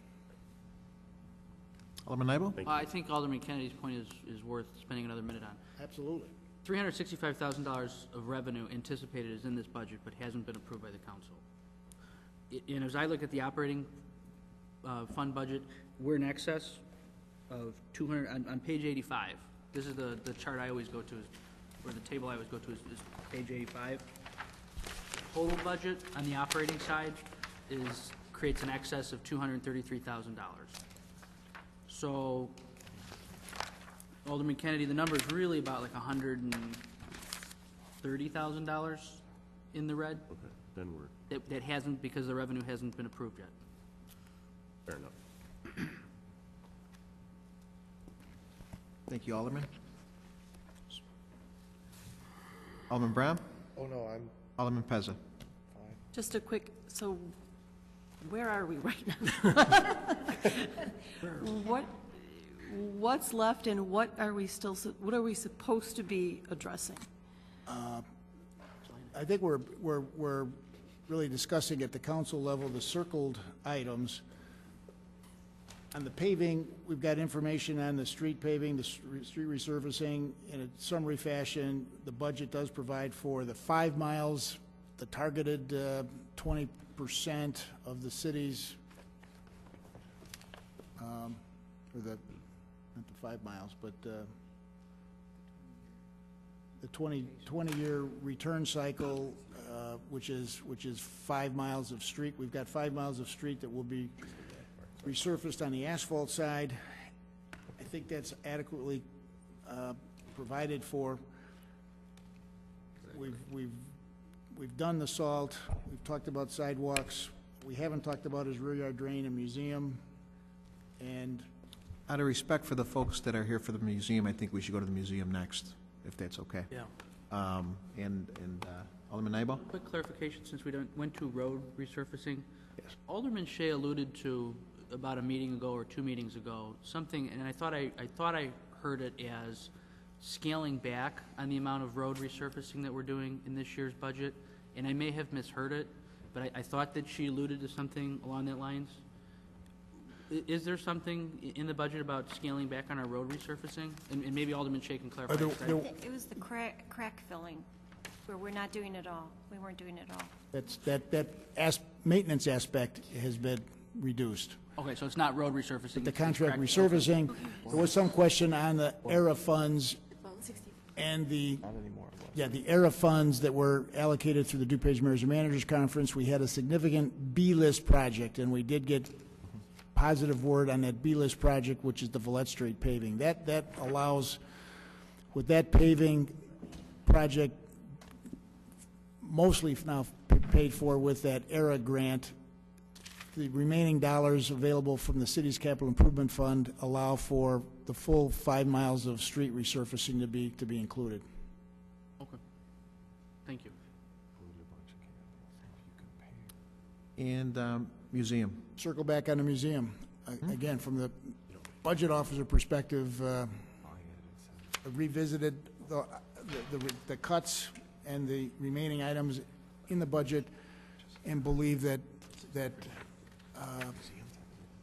the plan in place is appropriate, and the strategic plan of a revitalized, revamped, increase in sized, combined foundation board of the old commission and the old foundation together in a heritage center board designed to raise money, raise volunteers, and raise interest and excitement and utilization of the museum is a plan that's been launched. Certainly hasn't gotten to its destination, but it's been launched clearly with the perspective of this council and previous councils of that museum has got to be stronger in its position throughout, but it's of great value to the community. In that regard, I think the budget as presented is a proper budget and recommend that it be approved. But you wanted to circle back on it. Right, right. Before I open up the discussion, I want to make mention, too, that we have finished the one-room schoolhouse, or in the process of finishing that, and that's been a project that started in the 80s, and we have been fortunate enough to finish it up. But this budget does include the opening of that. So we are not only running that museum, the main museum, but also another entity, which is part of the organization. But so the budget figures are I think Alderman Morley mentioned to me like $79,000 more than previous years. Does it sound about right, Alderman Morley? Sounds about right. But there have been cutbacks there. We've gone to consultants instead of employees in some areas. But that one room is a finality that will be a golden gem destination, I think, value for our community, and to not fund it properly, I think we're doing ourselves a disjustice. So I just wanted to set up the discussion in that respect. I think a lot of it, I think we're a cultural town. I think it will bring in tourism, it'll bring in revenue for our restaurants, et cetera. It's a win-win all the way around. And also District 205, unfortunately, is probably going to put more of a need on us to help fund the teaching end of it. So keep that in mind in the discussion on this. Initially, 205 was going to put a teacher in this facility and fund the teacher. I believe, and we have members of the board and staff from the museum that we may open a mic up to if need be, that can answer to some of these questions. But it'd be nice to be able to open these facilities, open them to the public, and enjoy them. So, discussion. Alderman Leader. I've spoken out on the museum positively for 5 years now. I believe that all great civilizations have been characterized by a sense of permanence and confidence, the whole basking in the smile of reason. The converse being a sense of anxiety, fear, and paranoia. The visible symbols of a civilized society are schools, churches, symphonies, colleges, libraries, and museums, all of which we have in abundance in Elmhurst. Elmhurst may not have any sweeping vistas, no large bodies of water, no river running through it, but it has a formidable cultural and intellectual presence. It clearly differentiates us from other towns. The cultural presence has worked like a magnet for young parents with growing families who, in the process of choosing to live here, are a major support of housing values. Museums are like schools in that they are primarily educational in nature. As we generously support our schools, so we must generously support our museums. Museums introduce children to the world of wonders. the world of the imagination. It is primarily for the sake of our children and grandchildren that we should continue to generously support the Elmhurst Historical Center. The Great Recession will end, and it is important that the museum survive so that it can prosper and grow in the sunlight days of prosperity that will surely return. I know and accept the fact that the museum cannot be immune from the present economic crisis. But I ask that we do not lose sight that this and future generations live in a world where knowledge and preservation of the wisdom of the past counts for something vital. It is important that utilitarian or even financial considerations not be our only criteria for what is important in life. Thank you. Thank you, Alderman. Alderman York? It's tough to follow a speech like that from Alderman Leader, I'll tell you that. This is going to be fairly mundane, but I certainly, too, appreciate the campus of museums and institutions of learning and all those fine things that you've identified here in this community. I know in that same approximate area we have an art museum, we have a Lizadra museum that are around, maybe not thriving, but they're around, and I guess my only question would be, is it time to consider charging for admission to this museum, and is that something, in the opinion of the board or whatever, that we might be able to do some revenue enhancement in order to subsidize some continuing the subsidies of the museum? So I don't know what the right way to pose that question is, but if we have 17,000 visitors and we had $5 a piece, that's obviously going to make some impact on it. So I just wanted to throw that out there. Thank you. Thank you, Alderman. And I did look at their at the website. They actually just the numbers of visitors, I believe, was almost 16,000 people. 17. So 17. So I think I looked at the annual report from last year, so it's probably short a few. But the numbers are up. I know Alderman Hipskin and I just enjoyed the Roberto Clemente exhibit. I think the exhibits have been fantastic. Lance is doing a great job. Brian Berghager's out in the audience, our director out there. So great moves with putting the right people in place. So, but it's definitely enjoyed by a lot. I think the key that many of us don't understand is that, the Lizadra Museum, the Art Museum, those were private institutions started from private people. And this has been a city sponsored organization for many, many years. So, but I understand, and actually the board, this new board is in its infancy. We have many of the board members out there, and I don't think they're ready to walk on their own right now. But I think if we give them time and give them the ability to show us what they can do, I think we'll see that it can be a very viable organization. It is a viable organization already. So, hence the 334 people that came out to their fundraiser. Sure. I think they raised around $35,000. So, Alderman Gutenkopf. Thank you, Mr. Mayor, and thank you, Alderman Leader, for your very eloquent comments about museums and their importance in society. I'd like to add a couple of thoughts that I have to that. And to comment about the museum's position within our community. We frequently talk about how this is a city-sponsored or city-supported organization, when in fact we're glazing over the fact that this is a department of the City of Elmhurst, and it has been a department of the City of Elmhurst for over 50 years. It holds equal footing with the Finance and the Human Resources Department, with the Fire and Police Departments, with Public Works. These are not supported organizations, but in fact are part and parcel of the operation of our city.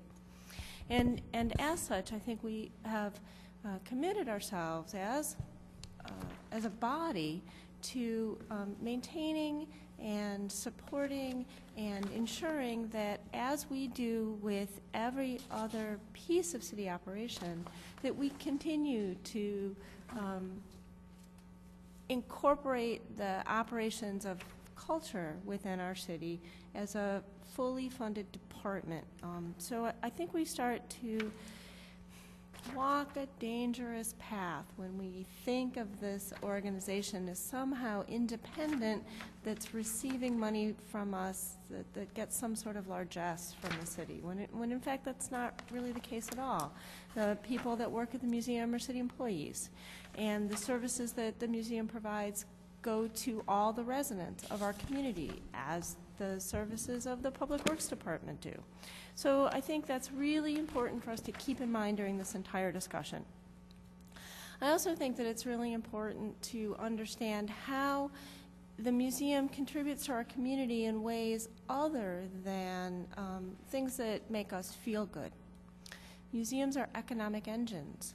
While we don't keep this in the front of our mind very often, museums bring people to our community that wouldn't come here otherwise. And the Elmhurst Historical Museum is no stranger to that. Certainly the caliber of the exhibits in recent years and the topics that they've been exploring touch Elmhurst and go beyond. So an exhibit about a baseball great is going to attract people to Elmhurst who might not come here for other reasons. And once they get here, they certainly pass through our downtown, stop for lunch somewhere. The museum doesn't have a restaurant. Somebody's going to make a day of it. They're going to go out to lunch. We're blessed with many restaurants in the downtown. They're going to explore other opportunities in our community, and they're going to be the people that generate that sales tax revenue that we so heavily depend upon. The museum employs people in our community, just like all the other departments in Elmhurst do, and many of the museum's employees are Elmhurst residents. So they're returning those tax dollars back to our community, and that's important for us to keep in mind. I suppose in the effort, the issue of transparency here, one of the things that I do professionally is advocate for museums. And that certainly comes into play here when I sit on the City Council and when I think about how all museums contribute to their communities, because strong museums create strong communities. I was arguing this point in front of our senators in Washington about a month ago, and in front of the congresspeople that represent Elmhurst and the surrounding communities. I'm going to argue that same point with us here today, that strong museums bind communities together because they help us understand what's important about our lives. I don't know that the Public Works Department is able to say that they can do that. They do many great things, but they certainly don't generate a sense of community. And a museum, especially a museum devoted to the history of a community, does that by helping us to understand our stories. Where do we come from, and what do we do, and what do we know? And this museum tells the story of our town in a way that no other organization can. We've been supporting that storytelling for a very long time, and I see absolutely no reason to discontinue that process. Thank you. Thank you, Alderman. Alderman Brown. Thank you, Mr. Mayor. In regards to the Historical Museum, I'm not going to reiterate everything I discussed or stated last time, but I do want to point out the fact that I don't think that I heard anybody saying, let's mothball the museum. I don't think anybody on the dais wants that. What I will speak to, what I iterated when we spoke about this last, is have we tightened the belts enough? And that is the big question here, because we need the streets. It's a necessity. We need fire and police protection. It is a necessity. We need water and sewer. It's a necessity. Yes, the museum serves a very valuable role here in the city of Elmhurst, but is it a necessity to fund it at the level that it is being proposed in this budget? That really is the question. And I will draw the same comparison I did last time. 10-11 projected. Now this is the same relative difference of about 6,000 in capital as 08-09. The actual in 08-09 was 716,072, with a capital, just to make sure we're clear on the capital standpoint of it, of $31,510. This year proposed in hard economic times, $870,250.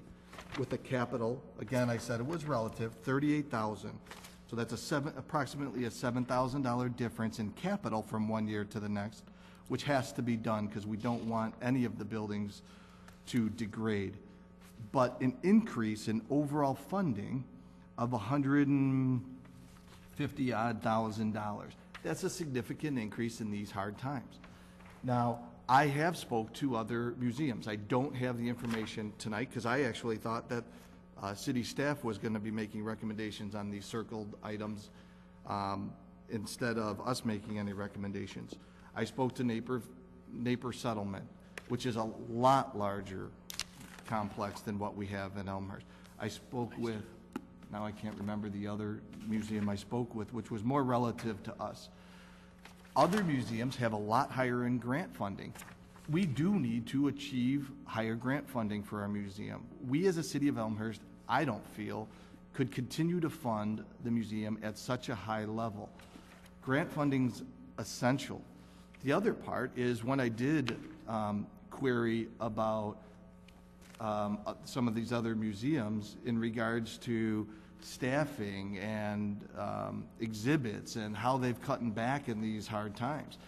And their cuts, and I will provide that next week or hopefully during this week, were pretty significant. And the funding, one museum, which I will rename, I won't specifically name the museum, actually was shocked on the amount of funding we have for the museum relative our grant funding and revenue in these hard economic times. So that is the biggest thing that I wanted to state, and my point last time as well as this time is, have we tightened our belts enough for the Historical Museum?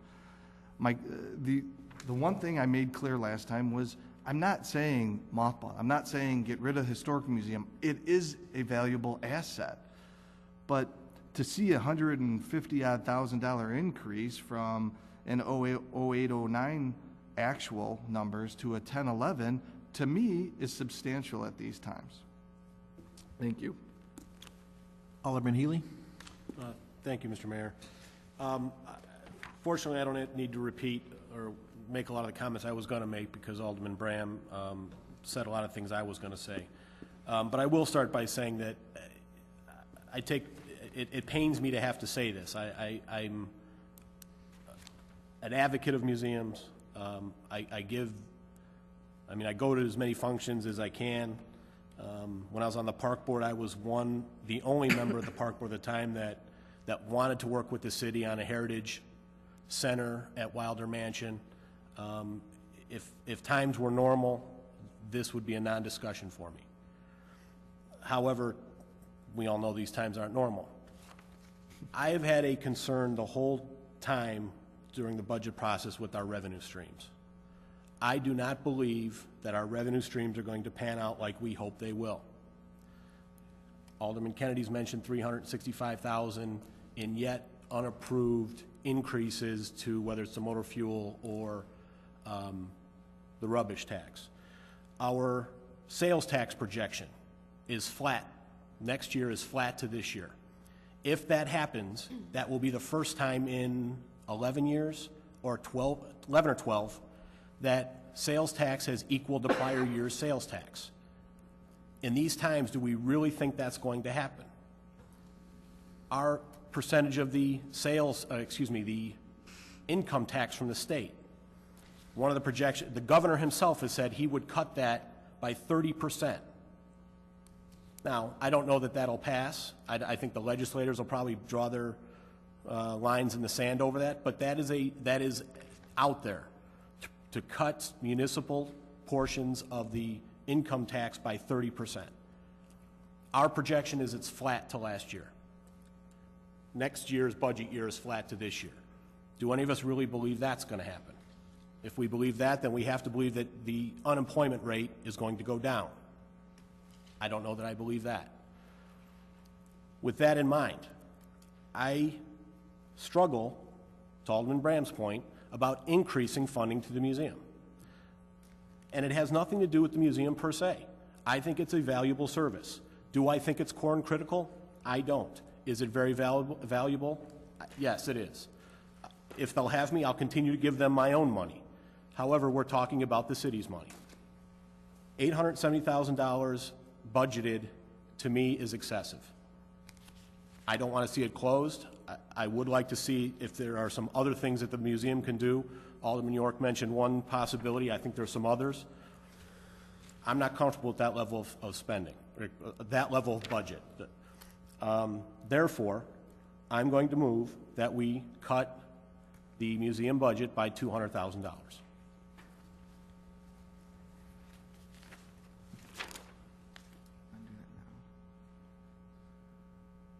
Okay. Alderman Brown? I was just going to second for him. Okay, we have a motion and a second to cut the museum budget $200,000. Discussion. Alderman Pezza. Thank you. Wow. I guess, I think everyone, most everyone in town knows how I feel about history and preservation and museums and all those good things. That being said, I also know what the books look like and what situation we're in, and the fact that I'm most likely not going to support the motor tax, fuel, and all those other increases. So what do? You know, I can't pick and choose something just because I'm a big fan or I'm a supporter. Therefore, I think 200,000, another 200,000 is excessive. I would like to see some more cut. I feel 200,000 is excessive. I sat on the board for the DuPage County Historical Museum. I saw what happened when they continued to cut that budget. The county basically, within 3 years after continual cuts, gave up the museum, and a very small piece of it is left, and it just kind of sits there. It's still a nice little exhibit, but it's not what I would consider a county museum the way it's functioning.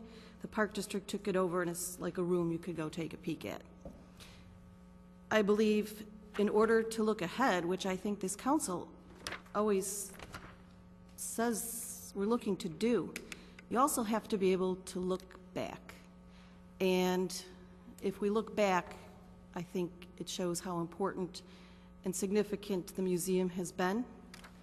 I would like to at least use this time to give fair warning, basically to the museum, to say, please understand where we're coming from, and also the foundation to have some time to reconsider possibly more fundraising. I know we've talked for years about the possibility of the museum charging, having membership, things like that. So while I could support a little bit more of a cut, I would not support a $200,000 additional cut. 75 to tops 100,000, I think would be acceptable to me. So I would like to reconsider the 200,000 and perhaps look more like 100,000 for this year, with fair warning to both museum staff and the foundation that hopefully for the future more money can be raised and supplemented through either grants or donations or fundraising, however they can see fit. So Would you make a motion to amend that? I guess I'd like to make a motion to amend the 200,000 to 100,000. Second by Alderman Leader. And discussion. Alderman Leader? Point of order. Oh.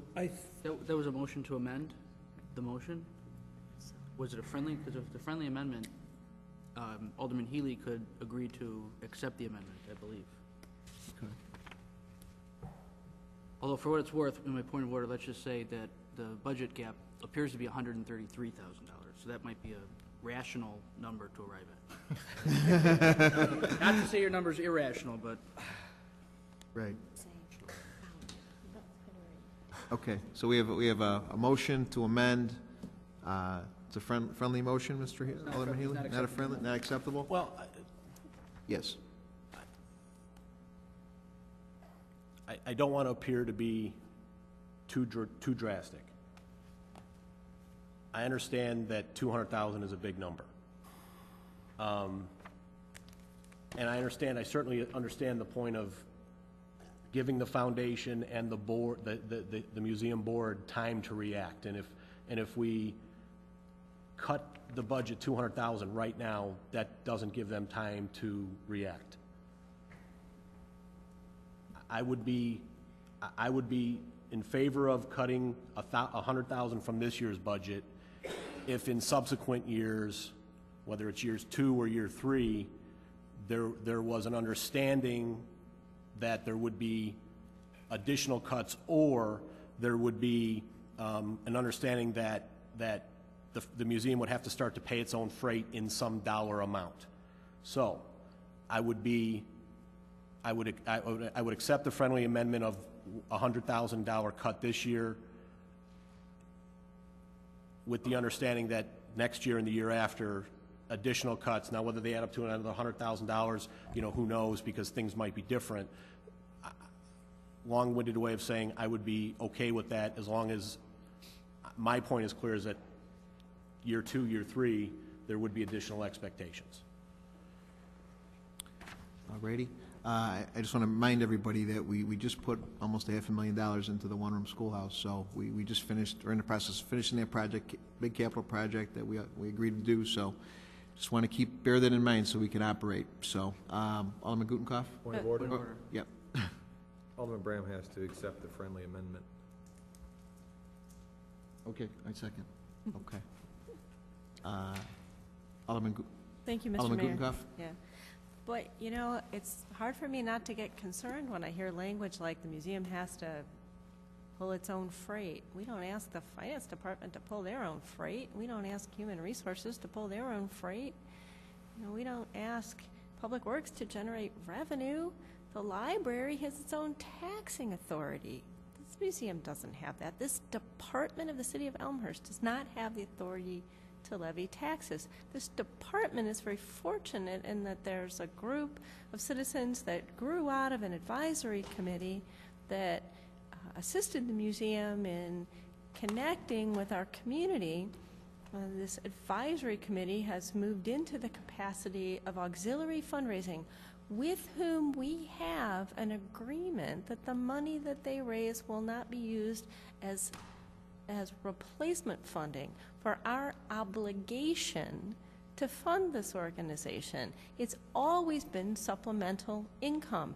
If we want to revisit our agreement with this organization, perhaps we can do that, but let's keep in mind that they have not come to this position with the expectation that they will be fully supporting this organization.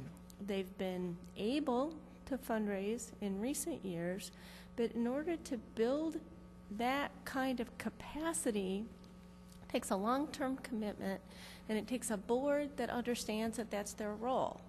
Now, perhaps I'm mistaken about the foundation's function, but I am under the impression that they have always viewed this as additional income to allow the museum to expand its capabilities.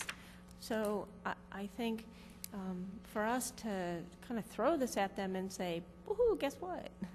I'll have to raise a huge chunk of money, way beyond what you'd expected, is inappropriate and unfair. And I think it's shirking our responsibility. And so before we kind of leap on this great idea, let's be very careful about where we're going. I'm going to go to City Manager Borchardt. One thing I was going to ask is, would it be appropriate, we do have staff from the museum, we have some of the board here, to maybe call on them to answer questions that the alderman may have concerning these issues. I mean, my biggest fear is, can we operate? I mean, if we cut this $100,000, can you open the one room? Can we just put a... Someone needs to make a motion to suspend the rules. Yeah, is that possible? Can we ask for a motion on this? Committee or committee meeting? It's committee of the whole, so we should be okay to, committee of the whole allows discussion, correct? So, would the alderman be okay if I called Brian Berghager to the... Point of Yeah, order. yeah. My interpretation of it is that that city staff, and that's representing, even though we're in a committee of the whole, it's representing Mr. Borchard, and he's asking city staff to come forward to respond, so we don't need to suspend the rules. True if it was staff personnel. Very good, very good. Mr. Chair? Yeah. To answer your question, I'm certainly fine with anybody from the museum or city staff answering questions to the alderman. What I hope to avoid is a pitch to save whatever money or try to protect the funding. So to be productive here, I am all for asking, getting additional information that the aldermen up here need to make a decision. I want to avoid a presentation, which we've already had, right, as it relates to this or any other department that we want to discuss. So I'm fine with it. If the other aldermen have questions they want to ask, but I would avoid extending our meeting unnecessarily. Sure, sure. Mr. Berghager, would you like to come to sit by Mr. Borchert and answer any questions that the alderman may have? And again, not a pitch, but just a Q&A of can you operate 100 less? Before Brian speaks from a budget officer perspective, again, the budget as presented to the council is the budget officer's responsibility, and with the budget committee team attempted to be core and critical and keep the operations of the city alive so that we'd be in a position to serve the community going forward. In that regard, serious cuts were provided, I believe, appropriately based on this recession and the situation facing the community. We needed to do the core critical life safety first. I believe that the museum provides a huge value to the community in being one of the many foundations that support over $1 billion of now value of the Elmhurst community. Staff is seriously reduced. 3 full-time positions left, 3 positions full-time not provided. It is cut. Some of the increases are the museum's fair share of the information technology budget that's going up. And another big increase in the budget is the grant dollars that the Heritage Board has presented. And when you net those out, taking out the capital, it's within a 5% increase per year of the low budget in 08-09. So, and the last point I wanted to make, all of the departments work as a team, as an organization to serve the community. And in the reduced budget for 08-09 that we're, or 09-10, the budget that we're just finishing, the review with just 3 weeks to go, it looks like the fence of spending, the expenditures that are authorized in the budget, it looks as if the city staff on expenditure control with the council support is going to be bringing the budget in at nearly $600,000 less than what was authorized. $600,000 less than what was authorized. What was authorized was a cutback budget to begin with, understanding the situation we're in. The fund balance drawdown is all as a result of revenues not producing that the city didn't have control over. So, you know, the notion of a reduction in spending, as Alderman Healy has suggested in this tough time, staff recommends and supports that.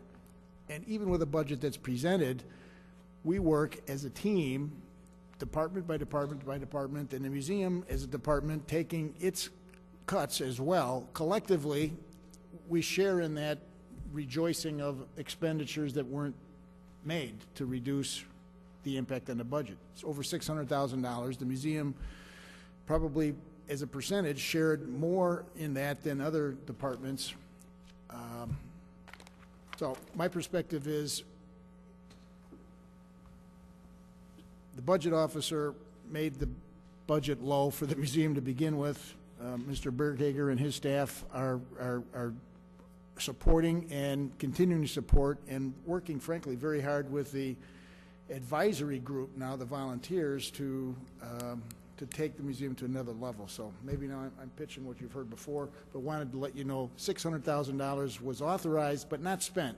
Museum spent or contributed a fair share in not spending what was otherwise budgeted. And we'll do the same thing in the next fiscal year. Gotcha, City Manager, thank you. Alderman Wagner's got a hand up. We got a few hands up over here. Thank you, Mr. Directions Mayor. directly from Mr. Burkhager? Yeah. Yeah, I just wanted to point out to the dais here, you know, I think you have 14, or we had 14, we're down to 13. Members of this dais that love the Historical Museum, no question about it. I just wanted to point out some figures, and I think we should all, sometimes you can look at this book at nauseum and then everything turns into black and white. If we just kind of concentrate on some percentages, going back 4 years, page 164 for the members of the dais, other expenses, 12.9% of the overall 08-09, or the actual 08-09 budget, included other expenses, which includes the exhibitions and rentals. 9.7 in the 09-10, 9.7% of the overall total budget. 9.8% in the 09-10 estimated, and 18.5% of the total budget. I just wanted to make sure we all could understand those percentages as it relates to the overall budget for the Historical Museum. Okay. Think about it. Thank you, Mr. Mayor. Thank you. Alderman Mulliner? Go ahead. Sure, I'll give you your attention. I have 3 questions. First of which is per visitor cost. Do you have an idea what the per visitor cost is? I haven't done the numbers right now, but we had approximately 15,000 visitors last year. We've just done our first quarter numbers. Our numbers are up 37% this first quarter over first quarter last year. Okay. Second question is grants. Do you anticipate any grants that in the past or previously you may have gotten in the last couple of years because of the state you haven't been able to access? Are there any that are going to come back that you know of that may assist in the funding? Well, we're continually reviewing opportunities for grants, and at this point we don't see any grants on the horizon from the state due to its own budget situation. We had applied for a grant for the schoolhouse a number of years ago that was available through the state for National Register properties. The limited, very limited funding that was in that program was devoted to buildings that were in much worse condition. So it was on an ad-need basis, for instance. The grants that we're looking at this year in particular are the $79,000 that's coming from the Heritage Foundation. One of the expectations of the organization when it came into being was that it would grow into a stable, reliable fundraising organization, and it is performing as it was planned. You may know it conducted 2 fundraising events last year, the one in November and also a brunch in February of last year. It also conducted an annual fund campaign at the end of the year. This current year, the work of the board is focused especially on having board members more fully involved and engaged in that fundraising role in terms of identifying prospects and soliciting donors and being involved in other ways in the annual fund. We're also anticipating an application to the DuPage Community Foundation later this summer in support of schoolhouse operations. We're working with a couple businesses in Elmhurst from a sponsorship point of view as opposed to a grant. We're also in communication with potential major donors over matters of larger planned gifts. But again, those happen as a result of relationships that are built over time. So the foundation board at this point is building the foundation. I feel it's performed as has been expected. It is raising money. The board is involved in fundraising. The organization is a viable organization. I think it has demonstrated that by the 2 fundraising events and by the $79,000 that are earmarked to support the museum. Just a follow-up on that one question. I just want to make sure.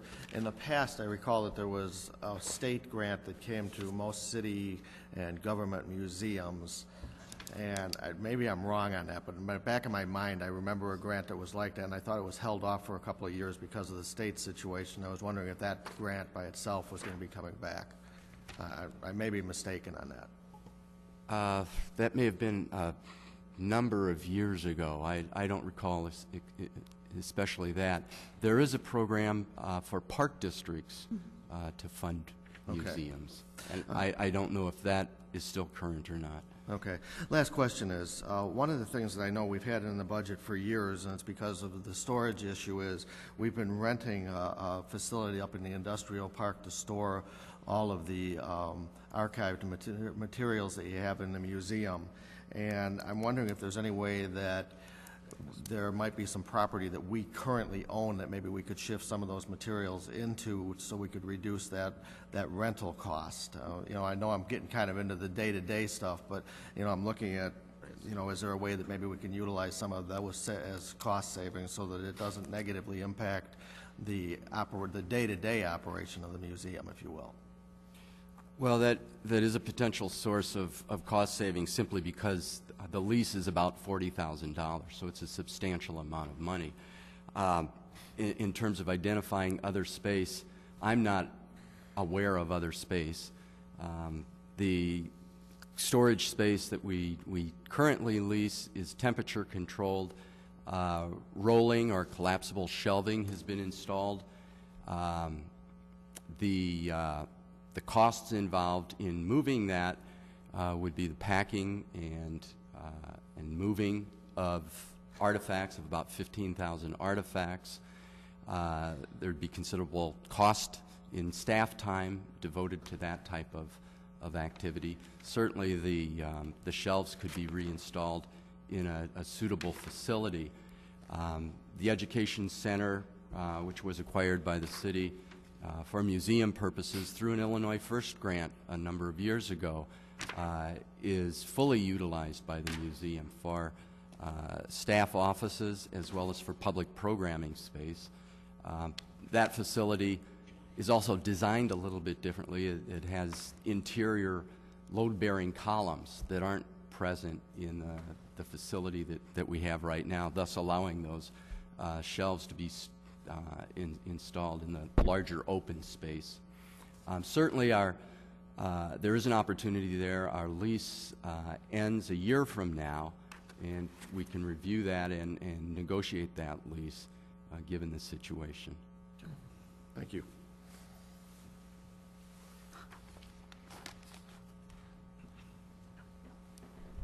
Thank you. Alderman Healy. Thank you, Mr. Mayor. A few additional points. And I know a little bit about Alderman Gutenkopf's background, and I certainly appreciate her passion.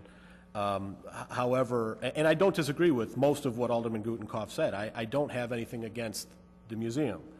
But I think there's a perception that somehow this cut would shutter the museum, or that will greatly inhibit the museum's ability to provide the service that it does.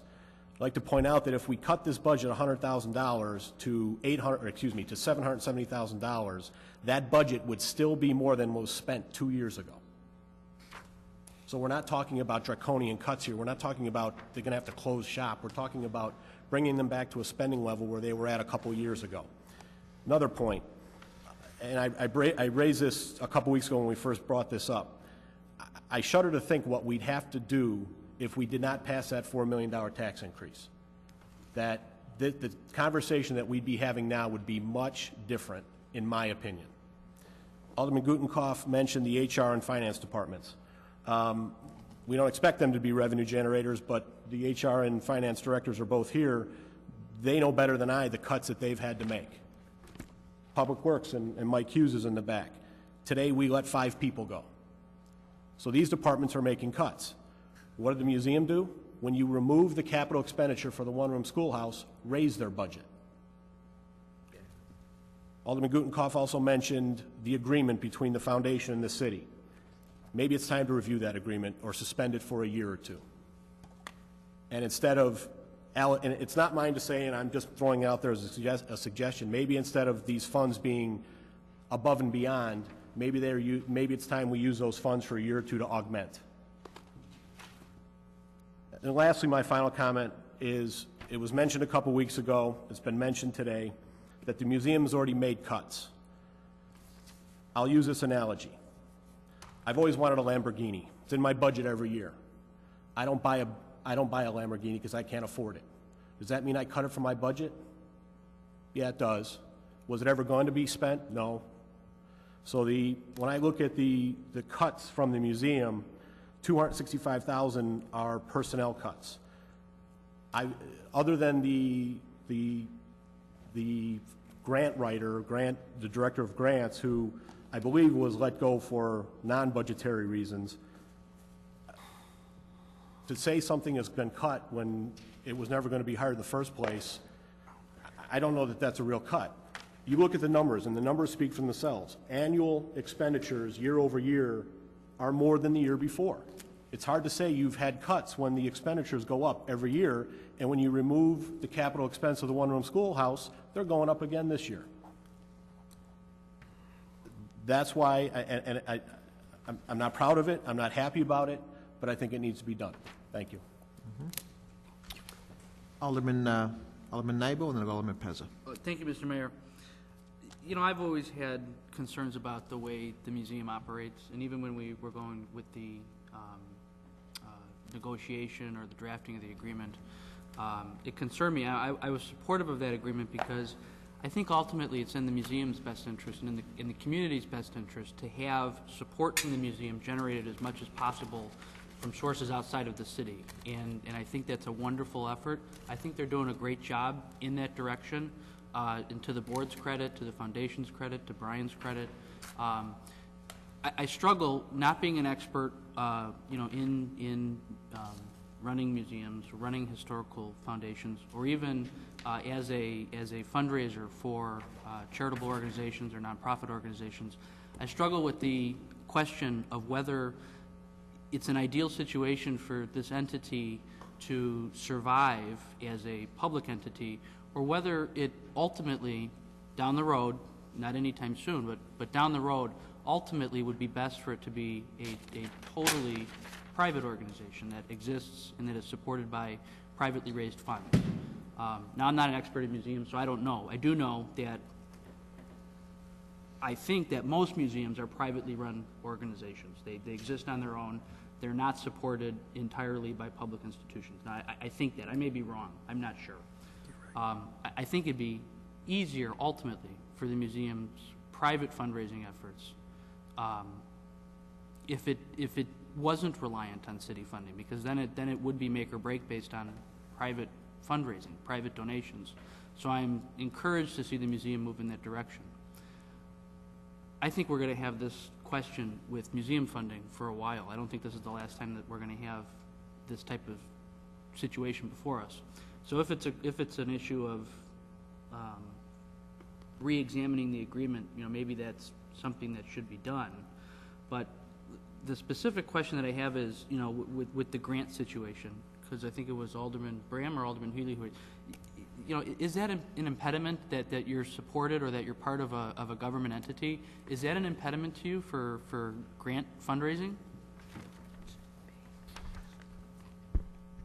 I mean, does that preclude you from certain grant, being eligible from certain grants?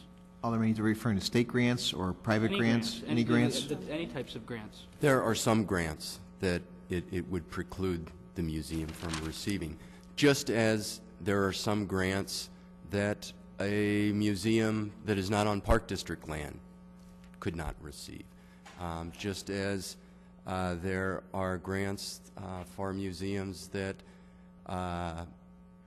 have budgets more than $1 million that can't receive. So there are a number of factors out there for every grant program.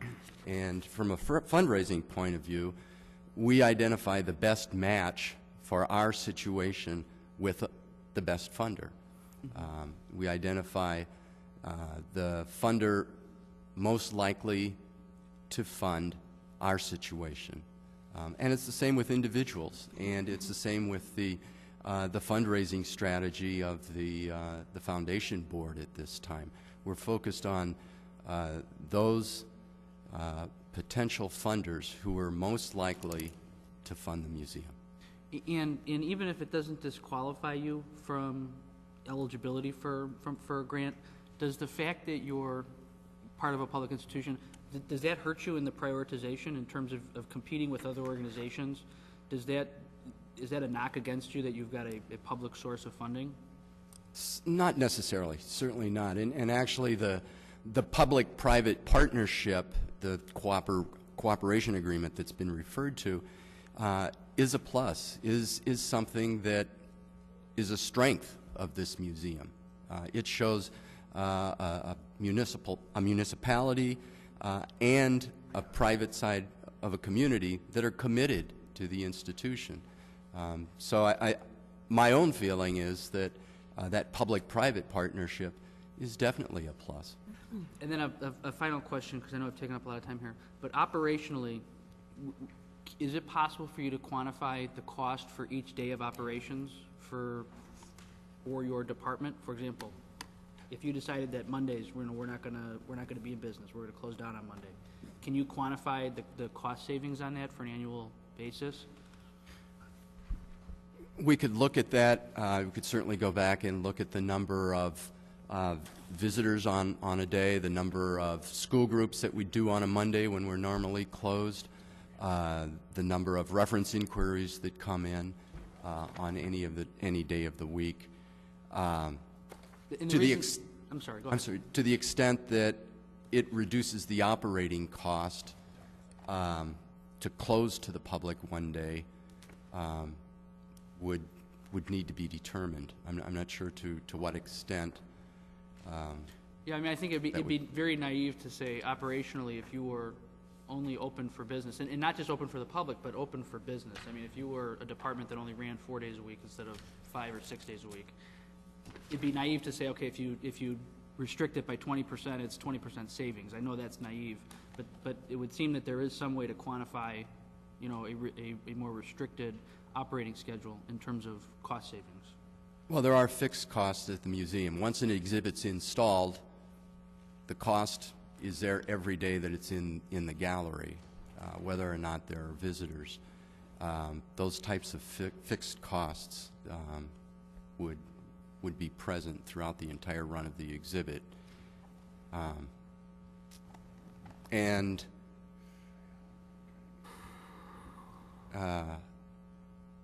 the staff currently provides services Monday through Sunday, Monday through Friday, 8 to 5, Saturday and Sunday, 1 to 5. The public gallery hours are 1 to 5, Tuesday through Sunday. And in terms of reductions, the reductions started early at the Historical Museum. They started 2 years ago. Going back, to the budget figures, the actual budgeted figure for 2007 and 2008 for full-time salaries was $251,000. The city manager instituted cost savings early on at the museum. We weren't ignored. In 2008 and 2009, the budgeted figure was $311,000. That came in significantly less because of reductions. Those reductions have taken place over time. There have been reductions. Thank you. Alderman Pezza, and I'll go to Alderman Kennedy. Thank you. A couple of questions and a couple of comments. Regarding that lease Alderman Mulner spoke of, just off the bat, how many square feet is the storage space? Do we know? It's approximately 4,500 square feet. Okay, I'm just wondering, perhaps in these times, I know people are renegotiating leases before they're due up. Is that something we could look at tomorrow? Can we renegotiate this lease now? I think it's definitely worth looking into. I don't know what we pay per square foot, but given the availability of space, I would think someone would be happy to keep a tenant and possibly renegotiate. So I would like that to happen if we could. There may be an opportunity to begin negotiating early, based on looking forward to an extension of a lease. Right, okay. Question about membership. I know it's something we've talked about for many years. There is not currently membership for the museum. Is that correct, or did you start that? That's correct. There's no membership program. The foundation is evaluating a membership/friends program that could be started. So we're looking at that at this point, yes. And regarding the schoolhouse, way back when, I was part of that program when Jan Frazier did the day in the one-room schoolhouse. Is there or is there not money allocated in this budget to fund a teacher for those programs, or was that supposed to come from the school? The agreement that the city had with District 205 that dates back to the gift of the schoolhouse called for District 205 to provide a teacher for 205 programs taking place there. We're negotiating with District 205 about that at this point. The museum does have a part-time staff position which we are going to divert to the schoolhouse to provide programs and to operate the schoolhouse for schools as well as for some public programs that will take place there. So we will be able to operate the schoolhouse. Is there any reason why I believe back then, and correct me if I'm wrong, Jan Frazier, I know, was a retired school teacher. Can a retired school teacher volunteer to do it 1-2 days a month? Would that be something we could look into instead of paying? That would be wonderful, and we have been in touch with her. We've utilized the resources of 4 retired teachers to help draft the teacher's manual or the interpretive plan for the schoolhouse. And the thought has been that they may wish to continue to be involved. Thank you. It is.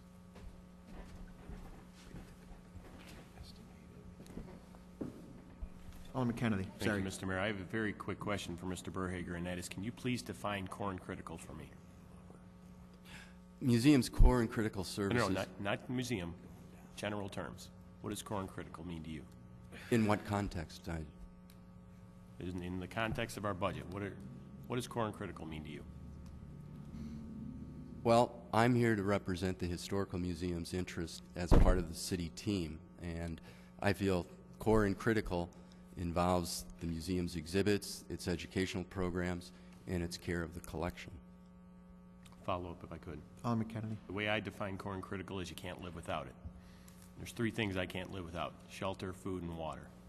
From a city standpoint, you look at that, it's public safety, it's public works from the fact of us remaining healthy, and it's the resources for us to go out and find food and water and all those things for our family.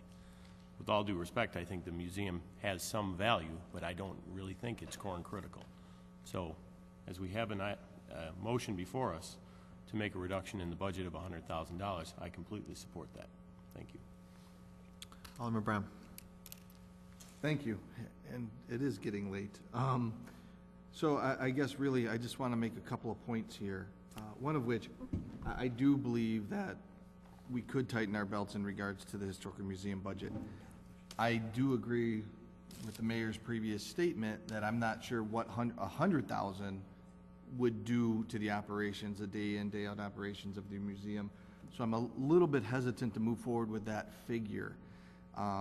It is something that I think needs to happen, but I am hesitant because I'm looking over the budget and I'm not sure where I would cut that from.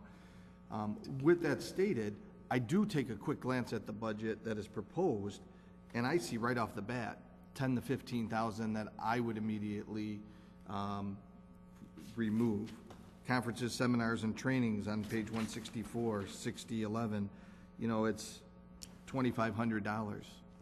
Is that needed? Probably from the benefit of education of the Historical Museum staff, but I think that's something that is not a necessity. And I'm not going to run through the list on where I came up with my figures, but I think there could be, and that's what I expected actually today from the city staff, when this was one of our, what are they called, circled items, was to see another proposal in regards to the Historical Museum budget. Excuse me. The question I have, though, and we've talked about it years ago, was the archives. A few years ago, I believe the response was that the Historical Museums receives various archives from the residents of Elmhurst. And because of that, the archives have grown to a significant amount. Is there an opportunity there where we don't need 4,500 square feet if we do a scrubbing of the archives and we can allocate it to the, I always call it the annex building, the education center, and have the archives there instead of having any rental building? Is there currently a building that the city of Elmhurst owns that we could move some of these collections to? So I think that there's just some things that, from the overall budget standpoint, I would like to see an out-of-the-box thinking process to happen on this budget to reduce it.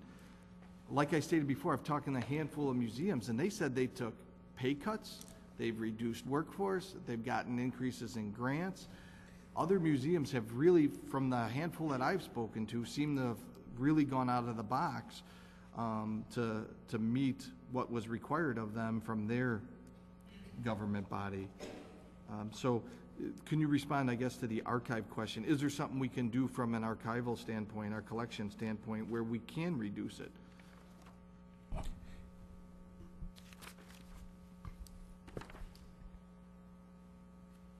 Well, in the museum business, eliminating or disposing of collections is called deaccessioning.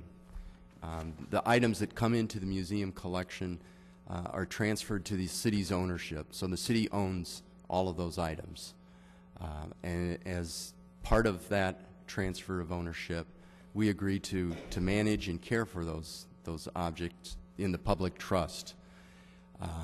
It's part of the museum's mission to document the history of this community, the history of the people in this community, and that's what the collection sets out to accomplish. Museums are collecting organizations. That's what museums do.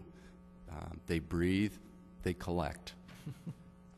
There are times when museums deaccession objects. As a general guideline, any deaccessions typically relate to a change in a museum's mission, for instance. A museum may, as part of its mission, interpret art in general, and as a more focused realignment of its mission, it may address 20th century American art, thereby allowing the institution to dispose of in some way those objects that aren't related to the mission. Or there are times in a museum's life when objects are broken and they're no longer usable for the purpose of the mission. But by and large, scrubbing the museum's collection, as you termed it, from, and this is my point of view, would be scrubbing the history of Elmhurst and scrubbing the history that's been achieved at the museum through its collection. So follow-up, please? Real quick, too. Go ahead. Let you follow up, and I want to... So in regards to that, I mean, I don't know what the museum collections are, but if there's the same type of item from the same era, 4 or 5 of those items, what would be the differential of having one of those items compared to, and I don't know if this is the case, and that's why I'm asking the question, compared to having 5 or 10 of those same items from the same era. How was that eliminating the significance, since you do have a representation of that era in a particular item? Well, to perhaps allay your fears about what types of objects are collected by the museum, we do have a policy, and generally we don't collect more than 1 or 2 of any particular type of object. As a matter of fact, we turn away a lot of objects that are offered for the museum, are offered to the museum. They may be duplicates. They may not be in usable condition for exhibit or for research. So there are probably more objects, there's certainly just as many objects that are turned away from the collection than are ever brought into the collection. We're very selective. I also want to interject on the grant money. Grant money built the one-room schoolhouse. Representative Rebelletti brought home $400,000 last year to make sure that this project got built. I think they've done an excellent job. Not only our staff, but our legislators have done a phenomenal job. They covered almost all costs of grants. You know, so we talk about bringing home grant money. They've literally brought home hundreds of thousands to build it. Now we need to operate it. I look back in 2006 when we ran a dual referendum in this town. We were worried about what if one question didn't pass? What if we got the capital referendum passed and the school board bond issue and didn't get an operating referendum passed? Fortunately, the town 67% on one and 66% on the other voted unanimously to bring funding for education in this town. But we got the capital done with the build, with grant money. Now we're trying to operate it, and that's my big concern as the leader. Is we got to open this. We got to celebrate it. We got to enjoy it. So taking $100,000 out of the operating, I don't see it. I don't know, Brian, if you feel you can operate it with $100,000 less, but we're opening up another facility, which we had grant money to do, and now we're going to try and operate it with less dollars. So I'm kind of fickled, but I'm just running the meeting, I guess, but I'm just trying to make sense. And grant dollars have been secured, $400,000 from Representative Rebelletti. I think grant dollars initially were secured to lift the foundation, redo the foundation. I wasn't around back then, but I know a lot of the folks that are out there are nodding yes. So, I don't know if we can necessarily always ask for grant dollars to operate the museum, but anyway, just wanted to bring that up. Alderman Gutenkopf, and I'm going to go to Alderman Morley. Thank you. Sorry, I lost my train of thought. I think I wanted to make a couple of comments about some of these areas that we're picking on are really not very large amounts of money. I'm not quite clear yet how you all expect to get to your $100,000. I'm concerned when we start to talk about how we might winnow the collection or shift the collection or move the collection around. The collection is really the core of what enables the museum to do what it does, and that's to document and interpret and celebrate the community's memory. To talk about removing items from a collection that some of us haven't even seen strikes me as kind of punting in the dark. The city entered into an obligation to care for these objects in perpetuity when we took these items in. I think the museum does a very careful job of vetting what it collects and why, and operates under some pretty standard for the industry policies and procedures. And I think to second guess that in the hopes that we may shave $5,000 or $10,000 here and there is certainly not going to accomplish that. And I still am a little fuzzy on the overall intent of the savings. Are we trying to make up for the fact that we haven't passed the 2 revenue streams that Alderman Kennedy alluded to? Are we trying to come up with that amount of money? Are we trying to put some money back into the general fund? Are we just attacking a department that we don't think is valuable? And I'm starting to kind of feel like we're unfairly picking on a department that we've identified as not core and critical, and I'm a little concerned at the line of questioning, and I really think that if we're serious about cutting the budget, our job is not to niggle away at the department, but to do what we're supposed to do, and that's to pass broad policy and then allow the staff to execute the operation of that policy. I think we're getting a little bit away from our job, and I think we could be here for 3 or 4 more hours picking away at little pieces of the museum budget. But I still don't have a very clear idea of why we're doing it and where we're going. Alderman Leader, and then I'll go to Alderman Morley, I'm sorry. I have a couple of questions for Brian.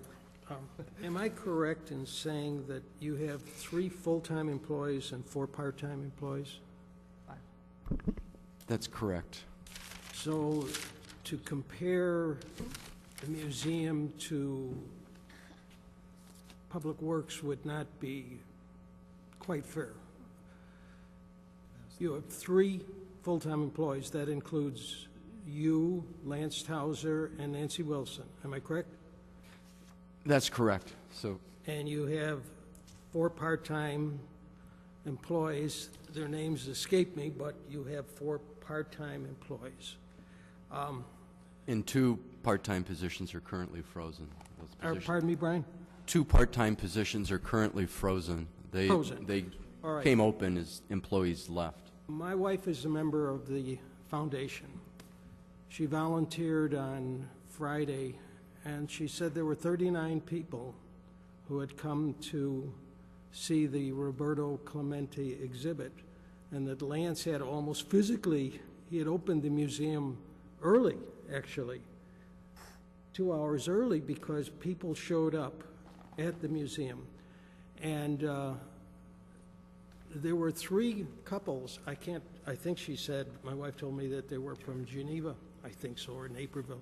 Anyway, they got there 2 hours early or 3 hours early. Lance was there. Lance is a terrific guy. He opens up the museum, and the people look at it, and then they stuff $20, $30 as a donation. They were so excited with this exhibit.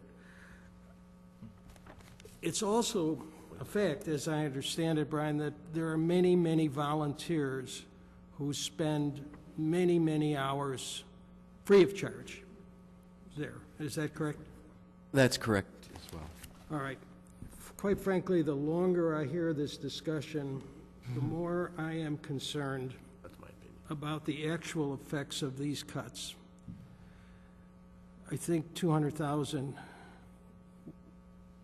under the circumstances would be fatal. But I'm even beginning to think that 100,000 would be very, very difficult to achieve, because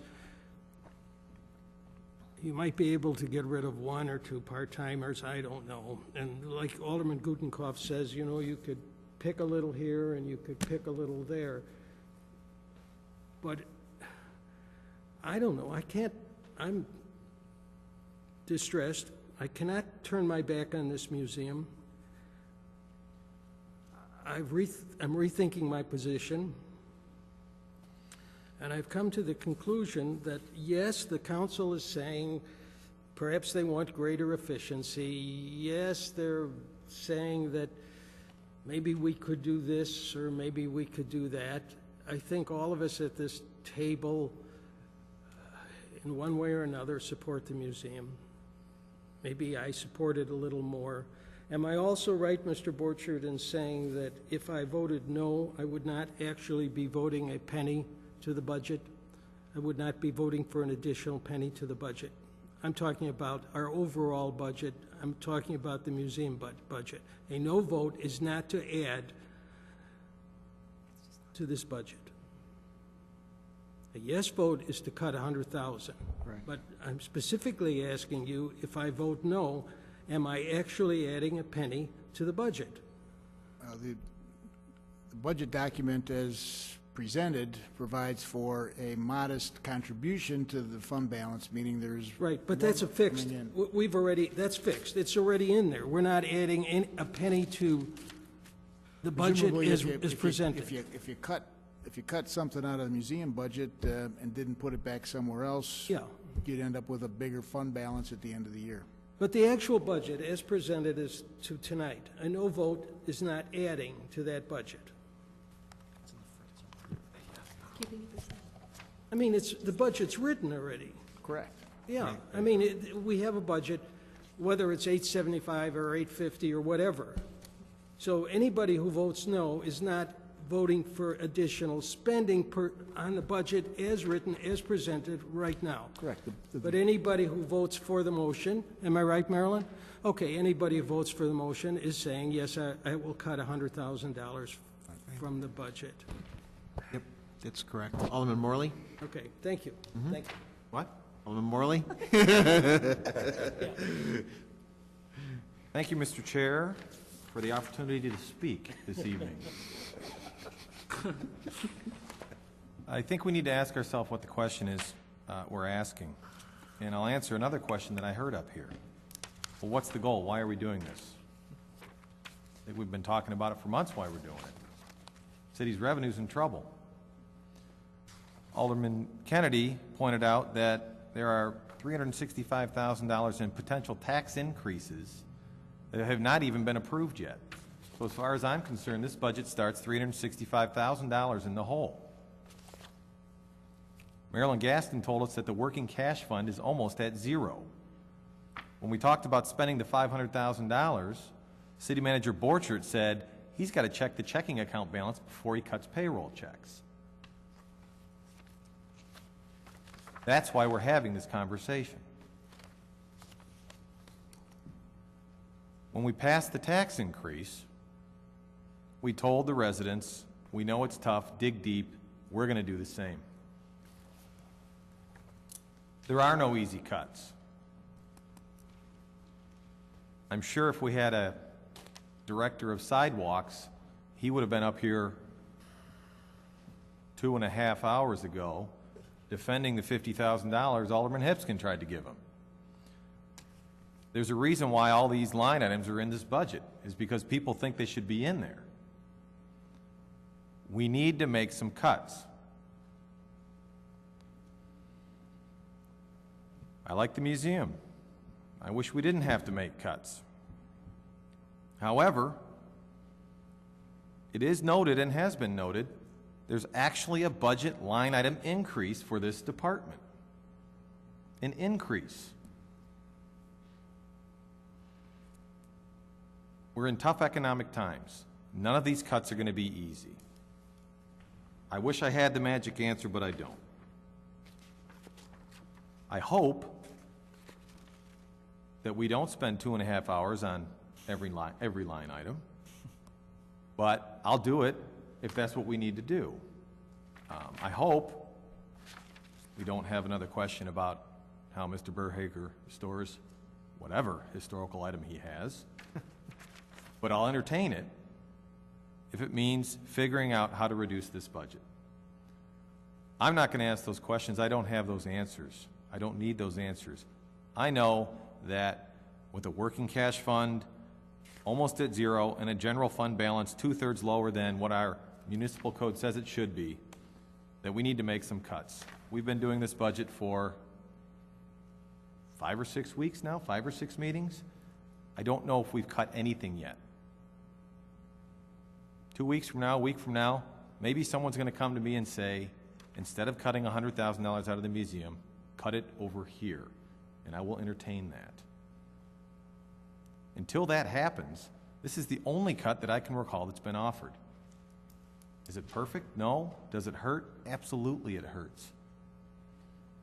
Do I look at the last 4 years and say, it's very close to what the operating budget was 2 years ago for this department? I don't want to cut it.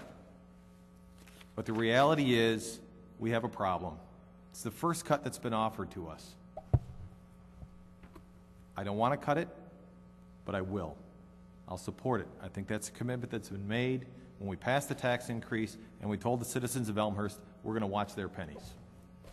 I support this cut. City Manager Borchert. I have to say, on page 401 and 402, the city staff has cut over $2.5 million and transferred over $1.3 million from the capital improvement fund to balance the budget as you asked it to be budget balanced with a contribution to fund balance. So the budget has been cut by the department heads, by the operators, by the employees, and we'll continue to cut. But to say we haven't cut is just not fair. May I respond?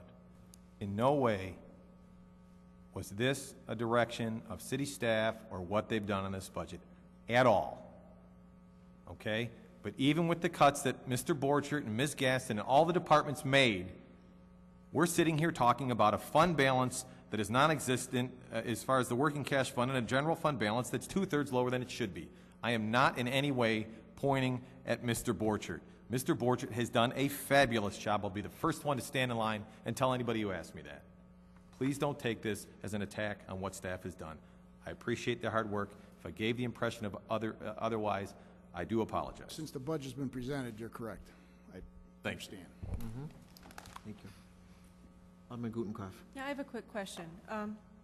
We just made, very early this evening, some adjustments to a couple of line items in the museum budget that reflected foundation money. Can you tell me how much of the increase of this budget is due to the grant from the foundation? Because the way we account for it is to add it into the revenue and then show it in the expense line, but it zeroes out. So, do you understand what I'm asking? How much of the increase that we're worried about is really the funding we've received from the foundation? 30-something.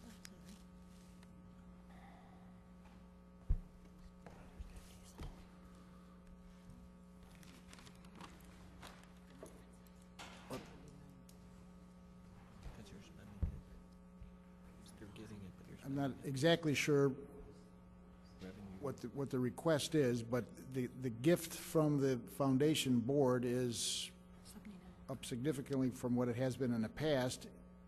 My understanding is a direct response of the foundation board understanding the city's fiscal situation. So what has been $30,000 to $40,000 of gifting in the past was moved to almost $80,000. Correct, Brian? I don't. Is that? All right, so this year's gift from the foundation is $80,000. How much over, you know, kind of pull out last year's capitals, how much did the museum budget go up? People keep talking about the museum budget went up in real terms. Did it go up that 80,000? Or did it go up more than that?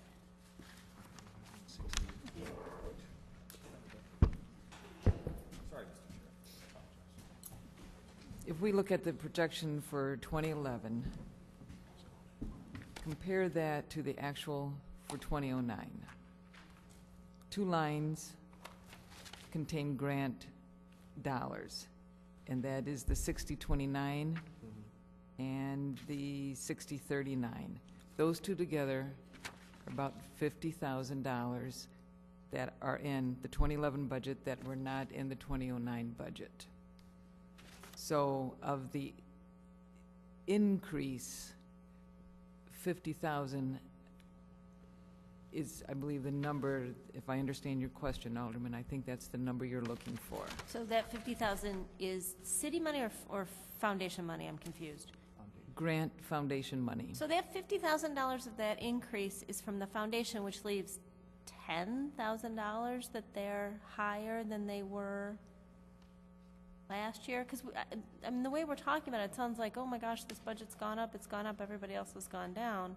And I'm trying to understand, with the foundation money taken out of the equation, how much did it really go up? Again, if you're looking at the 2011 projection and the 2009 actual, another place that you would look would be the employee benefits on page 163. Okay. In 2009, a total of about 110,000. 2011, 143,000. You have the natural, not natural, but the increases in IMRF. In some of the health insurance, not so much, but we also have employment compensation in there at 19,000 in 2011. So that's another area. That's an area that if Brian finds a way to control those line items, I'd like to know how he does it, because the rest of us will follow suit. Those are areas that are, to some degree, out of our control. So there are areas like that. So there's 30,000. And these are the kind of line items that have gone up for every single department.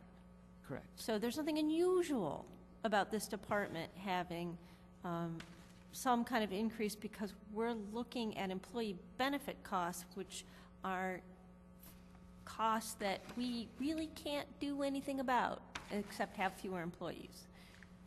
Okay, and if you look at this salary line from the 09 estimate to the 2010 projected, it goes down.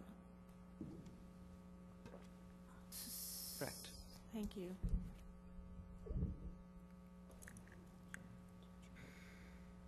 No? Anybody else? Alderman Pezza. So to be clear, and I guess for me, I appreciate the fact that portion of this increase did come from the foundation, and I think part of what I said before is I would like to encourage more of that in the future. So regardless of where it came from, is it correct that the museum was able to operate actual cost, 0809, at that 716,072 amount? Am I reading that correctly? On page 165? That's what the actual museum was able to operate on 0809. Like the one-room schoolhouse. Okay. So are we saying it could absolutely not function on 770, which is still almost 60,000 more than that budget it functioned on in 0809?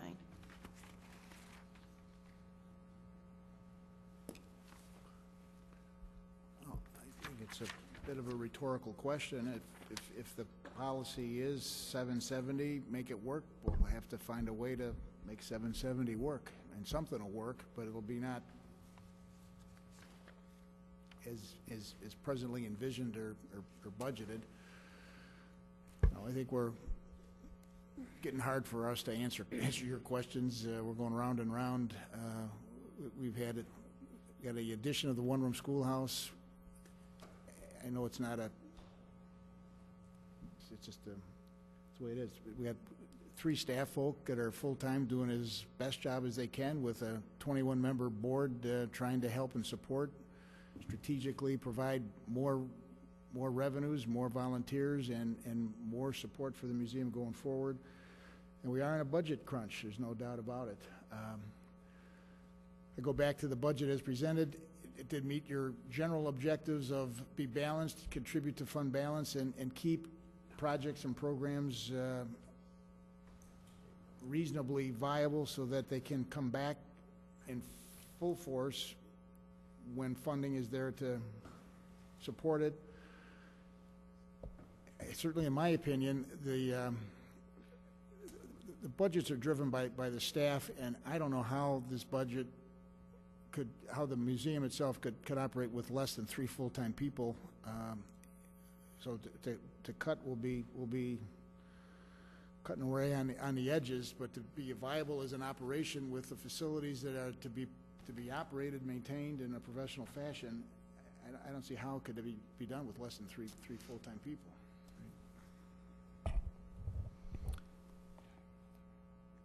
Anybody over here? We had some hands before. Okay. Any other discussion? Alderman Hipskin? No, I was saying, looks like we're going to vote. Okay. So the amended motion is for a $100,000 cut on the museum. Not 200 as Mr. Healy had originally requested. So I'd ask Clerk Spencer to call the roll, please. Healy. Aye. Graham. Aye. Gutenkopf, No. Pezza, Aye. Shay, No. Leader, No. Rose, absent. Hipskin, No. York, No. Nybo, Aye. Morley, Aye. Kennedy, Aye. Mulliner. Aye. And Wagner. Aye.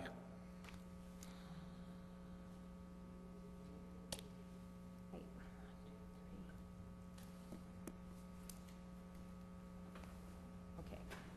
8 ayes, 5 nays, 1 absent. 8 ayes, 5 nays, 1 absent. That motion carries.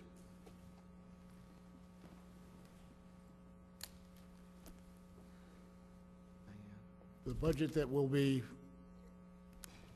provided for your consideration within the overall budget will be $100,000 less in some fashion. We'll figure out how to make that work.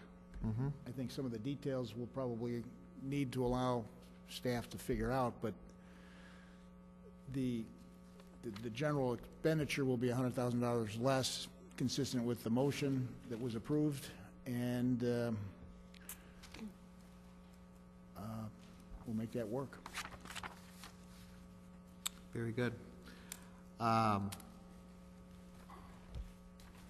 circle backs, we're going to continue on here. It's 11:30. Are we okay? I guess we move on. Those were the circled items that staff had noted that you had circled, with the exception of the streets, but touched on the streets as, Can I just mention that I'm concerned with this cut, that we'll be able to operate and we'll be able to celebrate what I think is a gem, 2 gems, museum and the one room. And I would hope that staff can figure this out. I don't know how, but well, again, as a mayor that fought for a lot of grant money and fought for a lot of a facility that's been sought after for many, many years, I'm a little challenged. But I know, from the general conversation, I certainly understand, as Alderman Morley's pointed out, there's more than just a balanced budget. There's the working cash fund and the reestablishment of a proper fund balance in the general fund. So as the revenues are returning, there does need to be a consideration of allowing it to stay in fund balance or what services to be reestablished. But we will work with the Finance Committee and on the City Council on a quarterly basis at least to look at revenues and look at expenditures to allow for a consideration of maybe revisiting some of the areas of service to provide greater financing support if there is revenue to support it. We are, as Alderman Kennedy's reminded us, as I've reminded you, that we've got those 2 still actions to take on motor fuel tax and service fee relative to garbage as a committee / ultimate city council. So trusting you don't want to take that issue up tonight. From a staff perspective, I think we've covered what we need to cover relative to what needs to be put in the expenditure budget for an ordinance for next Monday night. But we will, on the Finance Committee for motor fuel tax and the Public Works Committee for service fees on garbage, put that back on the committee agendas, seeking some recommendation from the committee to get it to the council. If the committee doesn't want to recommend, we need some recommendation to come out of committee to get the full 14-member council. Alderman York. Thank you, Mayor. I'd like to bring up, I know it wasn't a circle back item, but something that I'd like to at least take a second to revisit, and that would be the contingency. The contingency line item, I believe it's $100,000 is presented in the budget. And, this was an issue that was debated last year during the budget process. It was there, I think, for $90,000 and then went away, if memory serves correctly. Anyway, I would like to take an opportunity to circle back on this and, and I guess throw the question out there, is the contingency line item something that we need? Routinely, we go through our business on a biweekly basis, typically, and we legislate items that oftentimes come in under budget, and sometimes quite significantly. And I understand we're deferring equipment maintenance and street maintenance and all these types of things too, but it always seems that through one way or another we have a way to pay for these types of items that might fall under the contingency item. So I'm just wondering, do we need $100,000 in contingency? Could it be 50? But I would probably be willing to make a motion that we look at the contingency area and reduce it to $50,000. Second. We have a second on the floor. First, motion and a second to reduce the contingency from 100,000 to 50,000. And any discussion? Second was Alderman Hipskin. Alderman Gutenkopf. I'm a little concerned about this because this is a fund that isn't necessarily intended to be spent. I mean, it's kind of a pocket of money that we're intending to set aside so that, given the really tight parameters of this budget, we've got some leeway that the city council can pull from. So I don't know that reducing the contingency accomplishes much other than kind of some on-paper shuffling around of money, and I'm kind of wondering if I'm misunderstanding that. Yep. City Manager Borchert. Actually, to further, I think, clarify Alderman Gutenkopf, the $100,000 contingency was provided from a staff recommendation for the budget to allow some fallback position for the council should there be something that we need to address that's not got a spot in the budget. There's a lot of deferrals, a lot of budget cuts,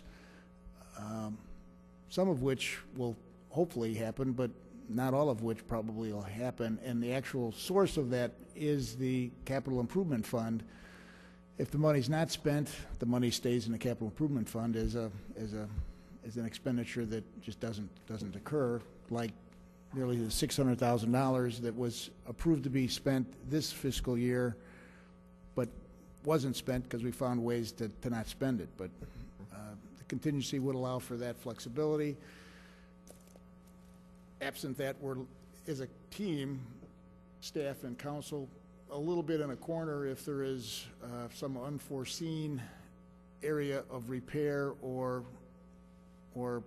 project spending that's necessary. I think we would, as a council, find a way to deal with it, to address it, but it wouldn't be as easy as to say, let's take it from the contingency item, because that's what that is. This is a contingent area. We've got an unforeseen expense. We need to spend the money, take it out of contingency.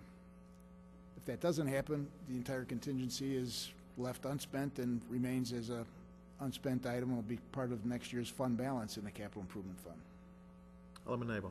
Thank you, Mr. Mayor. Statutorily, if we have an expense that we have to spend that exceeds the amount in the contingency, would the Finance Committee have to approve the expenditure of the funds before, say, like Public Works could actually? Yeah, my understanding is if there's a need to spend money and it needs to be in the budget somehow.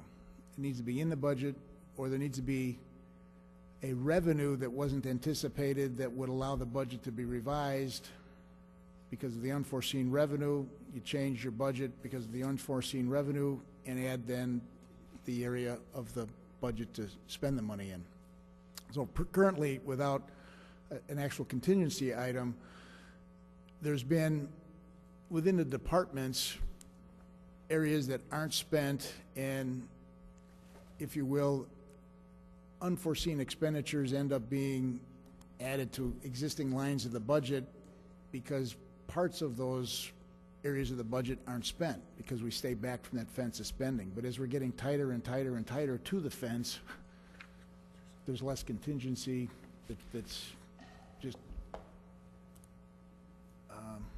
experienced as a result of good operational controls. And again, with the amount of deferrals that are in this cycle because of the Great Recession, was a thought that the contingency might be an appropriate tool to use, not necessarily to be a tool used all the time, but because of the amount of deferrals that are in this budget. Alderman Healy. Thank you, Mr. Mayor. I look at this as 6 one, a half dozen the other. I guess it's just personal preference. Would you rather see it in the budget in case it happens, or would you rather say, if something happens that's an emergency, staff's going to bring it to us anyhow, we're going to do it, and then we're going to have to figure out how to pay for it. I come down on that side of the argument. I'll support Alderman York's motion. Very good. Any other discussion? Alderman Brown. Thank you, Mr. Mayor. Yeah, I agree with Alderman Gutenkopf. I think we discussed this last time at the last budget discussion. This is the first time I think that I've seen the contingency line item in the budget in my 8 years or 9 years, but I think it's not going to hurt anything, have it in there. City Manager Borchert last time promised us that he's going to do everything in his power, including using duct tape, not to spend a dime from this line item, so I'm going with that promise and saying might as well leave it in. Okay. Any other discussion? Hearing none, I'd ask Clerk Spencer to call the roll, please. York. Aye. Hipska. Aye. Gutenkopf. No. Pezza. No. Shay. No. Leader. Aye. Rose, absent. Bram. No. Nybo. Aye. Healy. Aye. Morley. Aye. Kennedy. Aye. Mulliner. No. Wagner. Aye. 8-5. Like 8 ayes, 5 nays, 1 absent. 8 ayes, 5 nays, 1 absent. That motion passes to lower the contingency from 100,000 to 50,000. And Alderman Pezza? Quick question. If we had our own personal circle items we wanted to ask about, will we have a chance next week, or is tonight, this is it? This is it? No. Now or never? This was kind of going to be it. We're hoping to have an ordinance for... So can I bring mine up now, then? Sure. Okay. Can't you always amend an ordinance, so couldn't you do it next week or the following We week? could, yeah. Why don't we just... An ordinance could be, I think, amended. It's just one. Mm-hmm. Okay. Just one quick, I recall we discussed it and said we'd come back to it, so I'm not sure if you automatically took it out. It was pages 118, the IT, where we discussed that extra $35,000 for filming in HD and AV equipment. If that did not come out, I would like to make a motion. We only keep 10,000 instead of the 30 or whatever, 35. Marilyn Gaston could. 116 to 118 in my notes. I have no desire to be filmed in high def, so I don't think it's a necessity or a core and critical service. I do believe some money should be left in for if something should break or need to be repaired or replaced. But I do recall we discussed there was a large amount for new AV equipment for the council chambers.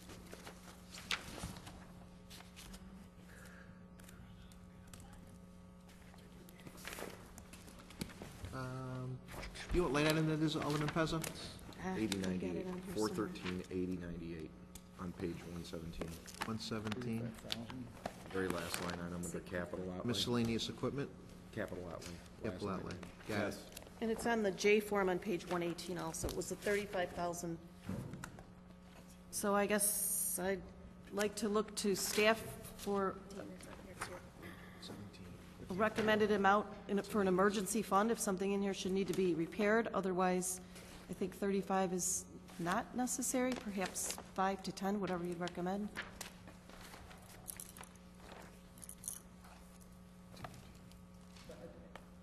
Am I understanding your question that you are speaking of the video equipment for the council chambers?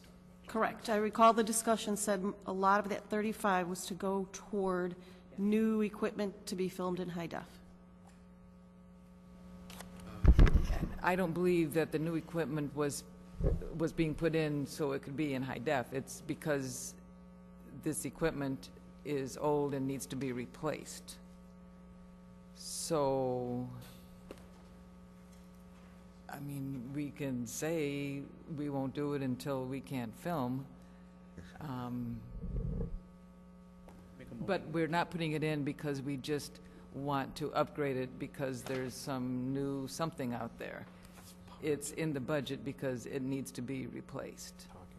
If the council says, don't replace it, wait till, make this one of your deferrals, we certainly can do that.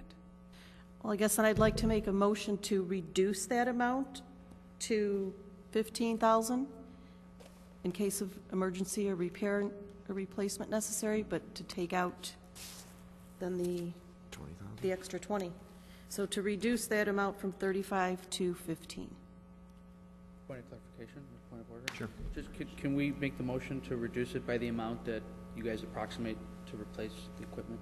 50,000 is what is in the budget for the replacement of all of this equipment. To reduce it by 50? 50. The increase on that line happens to be 35,000, but the project that you're referring to is a $50,000 project.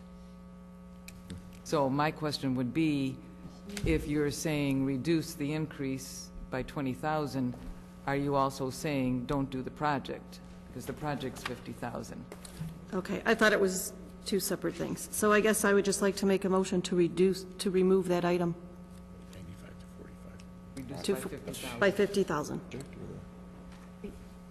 The project or the 20,000? So that'd be The whole really- project. So 50,000. 50,000. Remove. So the 130,000 becomes 80,000, the reduction of that 50. Just so it's clear. And just for further clarification, that is an item that is funded by the Capital Improvement Fund. Yeah. This isn't coming from the general fund dollars. It's Capital Improvement Fund dollars. If that changes your mind. Didn't change your motion. Okay.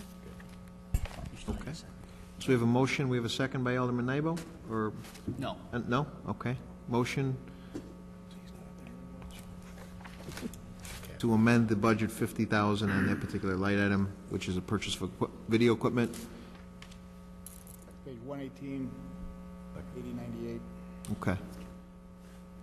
Alderman Morley, seconds? I'll second. Okay. Discussion? Alderman Hipskin. I have a concern with that because we really don't know the scope of the project. If this is going to cost us $30,000 to keep alive for a year, we don't know. We don't have to spend the money. We're just approving the budget.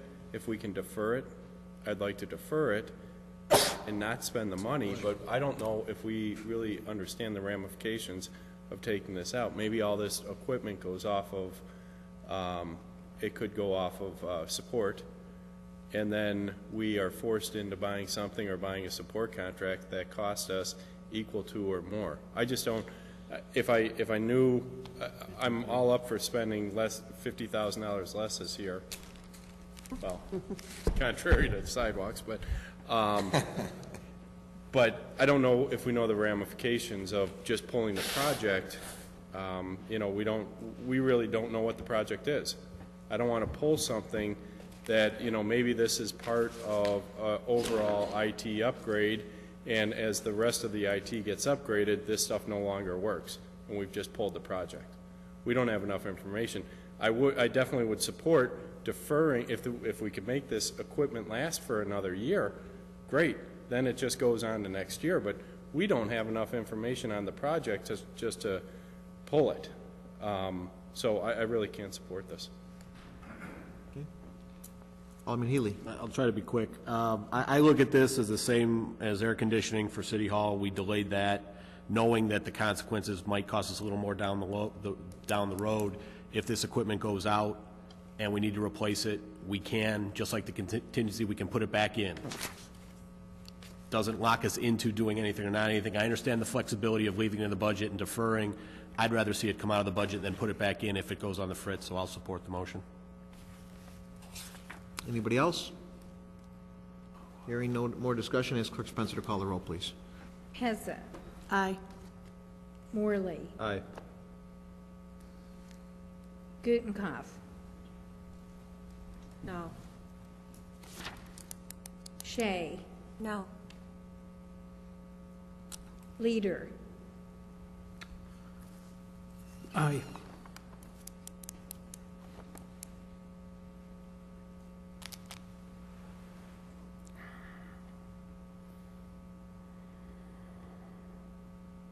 I'm sorry, I didn't hear you. Leader did an aye. I did aye. Aye. Leader was an aye, sorry. Still waiting. It's okay. I apologize. I'm awake now. I'm ready to fall asleep too, Patty, don't worry about it. Mayor's head may be on the desk here in about 2 seconds. Okay, Rose is absent. Bram. Aye. Hipskin. No. York. Aye. Nybo. Aye. Healy. Aye. Kennedy. Aye. Mulliner. Aye. Wagner. No. Okay, that's, let's see, 9 ayes, 4 nays, and 1 absent. 9 ayes, 4 nays, and 1 absent. That motion carries. Alderman Morley. I would just like to ask the chair a question before we continue. I think it was mentioned early on, but I think we're all aware of the timing that Mr. Borchert set early on as it relates to passing a budget before the end of the month. It's the 12th today, is that right? Mm-hmm. My question is, at 5 to 12, I'm willing to sit here and go over line item after line item, but are we self-imposing a deadline that truly doesn't exist? Yes. Would we be more effective? We've got 2 more meetings this month, so I'll do whatever, but I'm asking the chair just what the intent is. Are we going to draw a line at 12:30? I guess I'd like to poll the council and see if we feel we're still being effective at 12 o'clock at night. Mm-hmm. Or are we going to take the 3 weeks we have left in this month and possibly figure out how to balance this budget on another time? So I'm just asking. Okay. What's the will of council? You guys want to stay late, or you want to try and pass it next week, or do you want to extend and do an extra meeting to possibly do a third meeting this month? See, Alderman Mulner with a hand up. I believe we need to get moving on this, and I mean, I know it's late, but I think we got to get this done tonight, right, so that they have time to put together the ordinance and all the other materials, because we have to have passed this by state statute by the end of the month. I mean, this isn't messing around. We got to get this done. So, I personally don't mind the 26th, so. Because we're going to be here for committees anyways, so. yeah. We Alderman could do it on Kennedy? the 26th, correct? What's that? We could do that on the 26th. We could come back, vote, and City Manager Borchert, they're asking if we could do it by, just discussion, is the 26th doable to pass the final, Yes, I mean, it would be a special council meeting, and/or, you know, is there that many more circled items? right? That's what I want to know. How many more do we have here? Rear Rear yard drains? anyone else? Yeah, can we get a full list? Hey, let's hear them. Let's see how many. Are we talking 2:30 in the morning, or are we talking one more item? You know, I thought we covered them all, but we're coming up with new items, so. Yeah. Mr. Mayor? Sure, Alderman Brown. Could we try to stick it out another 10 more minutes, and then if we need to reconvene, we need to reconvene? I know I have at least one item that I wanted to discuss. it could hold off, but I agree with Alderman Mulliner, where I'd like to try to get as much done as soon as possible to give the staff time to pull the ordinance together. Very good. Alderman Healy. A quick question, and this is probably, I don't know if it'd be to City Manager Borchert or Attorney Storino. So we're up against a deadline, a state-imposed statute deadline of beginning of the fiscal year. What happens if we don't meet that deadline? New guy question. Let Alderman Storino know who goes to. Alderman? Maybe, He just got demoted.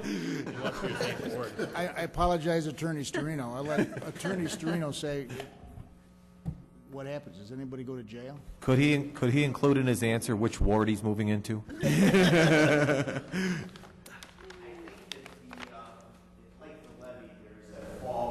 fail-safe situation. Levy provides a fail-safe situation, where if you fail to levy altogether, that they still permit you, the state, the county still permits you to levy a certain amount of money.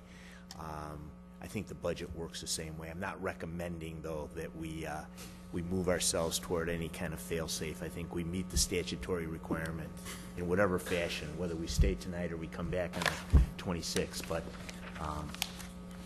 the operations of the city won't fail, I guess, if in fact we're late. You've got the opportunity, ability to call a special council meeting, and you don't have to do it on Monday nights. Sure. Do it whenever you wish to. Mm-hmm. Depending on what else needs to be discussed, maybe we could still cover it all next week. Mm-hmm. Who else has items to discuss? Alderman Bram, Alderman Pezza, any other items? Just trying to get an idea of how much more discussion we might have, how many line items. Rear yard drains? We have the same thing, so it's one. Rear yard drains, or? The laptops. Laptops. Oh, laptops? Okay, all right. Want to discuss? I think this will be pretty quick, so. Let's continue. We'll see how we do. All righty. Are we going to bring up rear yard drains right now, or No, I want laptops? Alderman Brown. So I'd just like to make a motion to remove the, aldermanic or elected official laptops from the city budget, and I believe that's line item 80-03 on page 117. I think the approximate amount was 15,000 or somewhere thereabouts. I don't have it written down, but 17,000. 17. All righty. Motion to remove laptops, about a $15,000 budget item. Second by Alderman Pezza. Discussion? Alderman Nybo? Thank you, Mr. Mayor. I've actually prepared a speech on this subject that I'm going to now indulge myself in. If you permit me. I support this one. I've never thought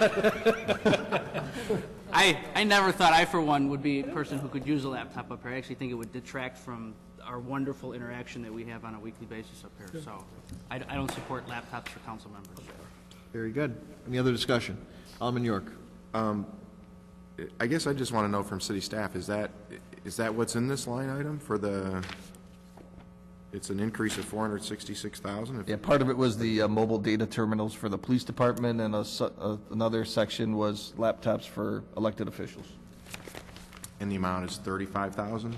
15. I think it was 15 or 17,000. Well, that's what I guess what I'm trying to establish is what part of this line item that we're looking at here is the number that city staff's going to. Marilyn, do you have an answer on that? Is the I think it's 17,000. 17,000? Okay. Was the laptops for the elected. So 17,000, Alderman York. Thank you. Okay. Any other discussion?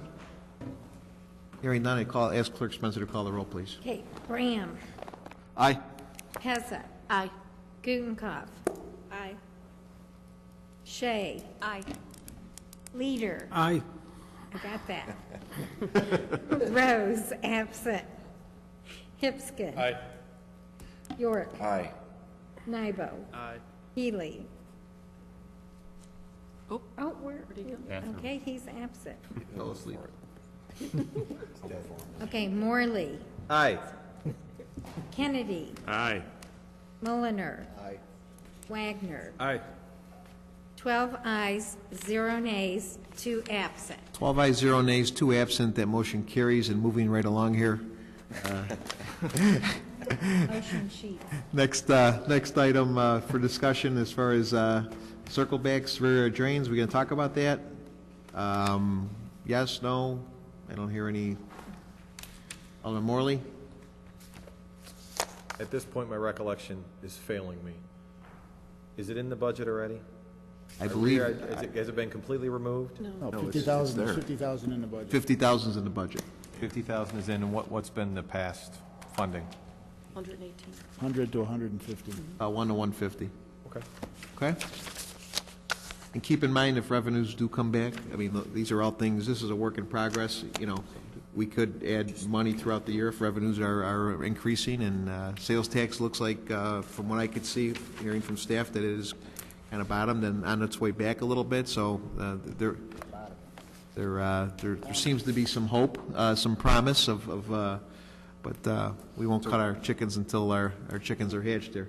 Alderman Wagner. Exactly, you took the words right out. I would just suggest to put it on the quarterly review blotter for all the different items that we're just going to be monitoring over the, you know, things can be taken out or reduced, but we're just going to keep monitoring it over it's quarter to quarter. Very good, very good. Alderman Healy. And I believe, and Mike's still in we added money to the budget this year.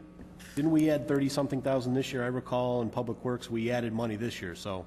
No, that was the other one. I thought it was regular drains. What? The, oh gosh, it's Well, too late. Overhead? We can do it. I think we've done it. I wasn't sure. Yes. What's the overhead? Alrighty, good. Overhead. Alderman Morley, you had a hand up over there? Yeah. I just wanted to hopefully wrap things up.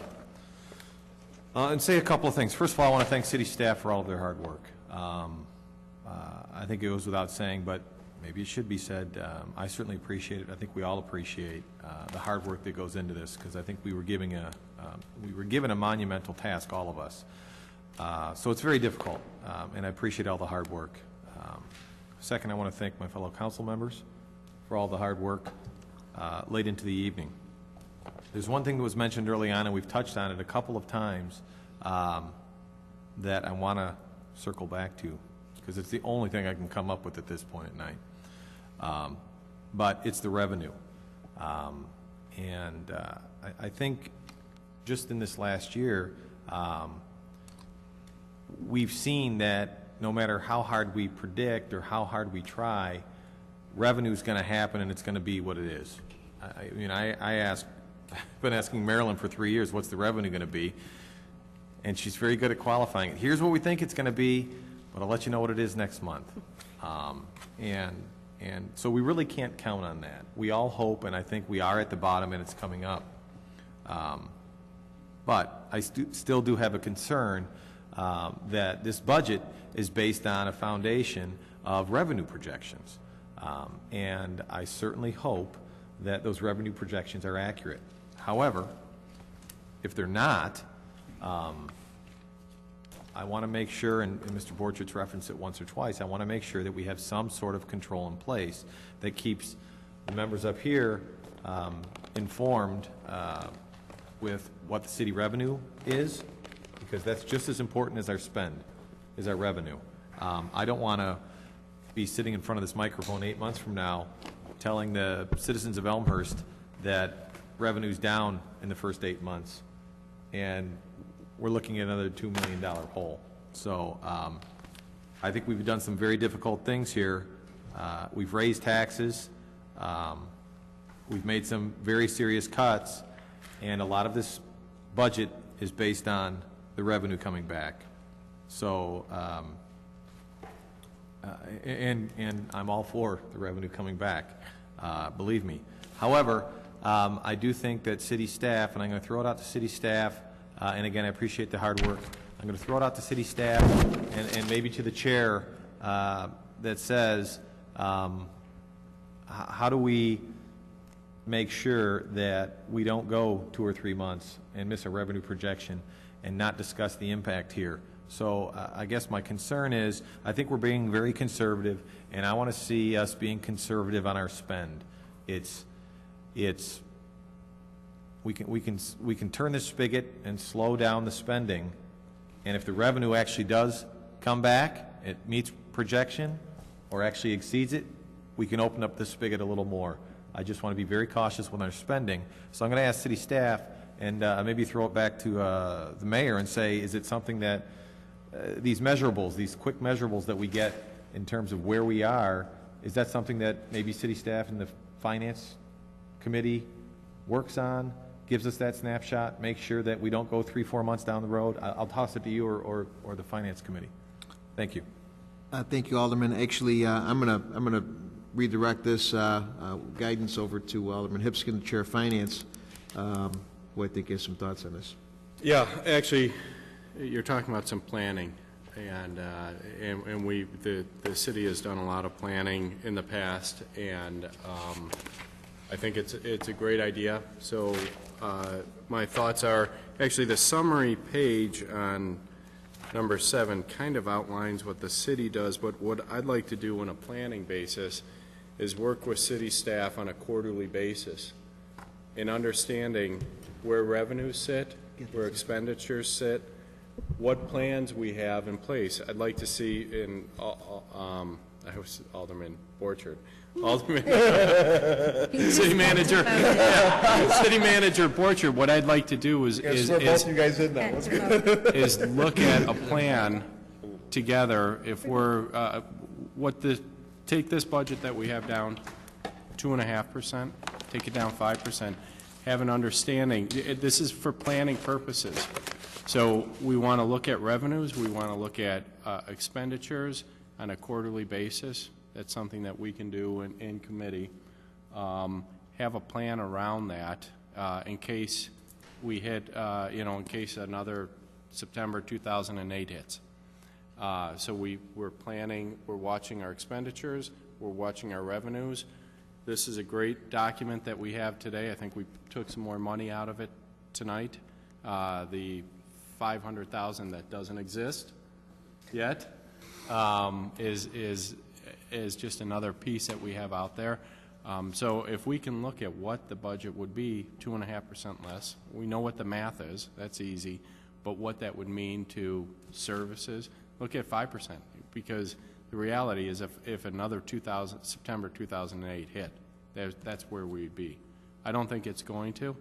But I think that having a plan together, just in case, just as we have an emergency plan that we worked with the fire and the police department, that would be a great thing. We can look at, we're looking at all aspects, revenue and expenditures, and we can keep a much closer rein on that. And on a quarterly basis, if we come a couple of percentages away from where we're at, we need to report that to the council and take action.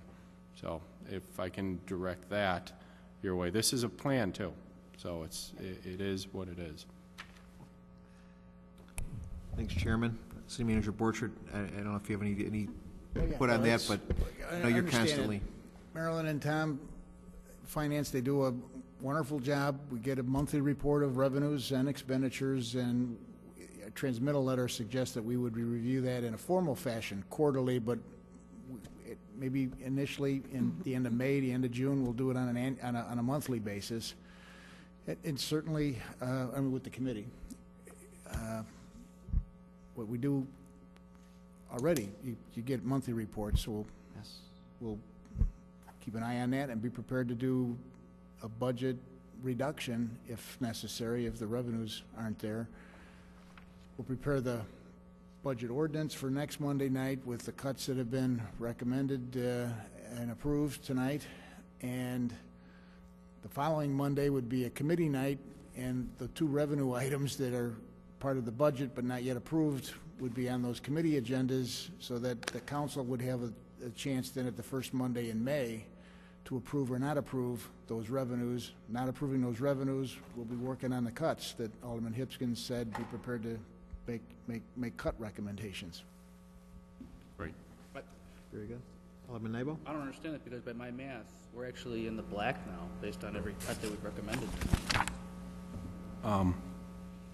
That you're making the assumption that the motor fuel and the refuse comes in, even if 365, you said, right?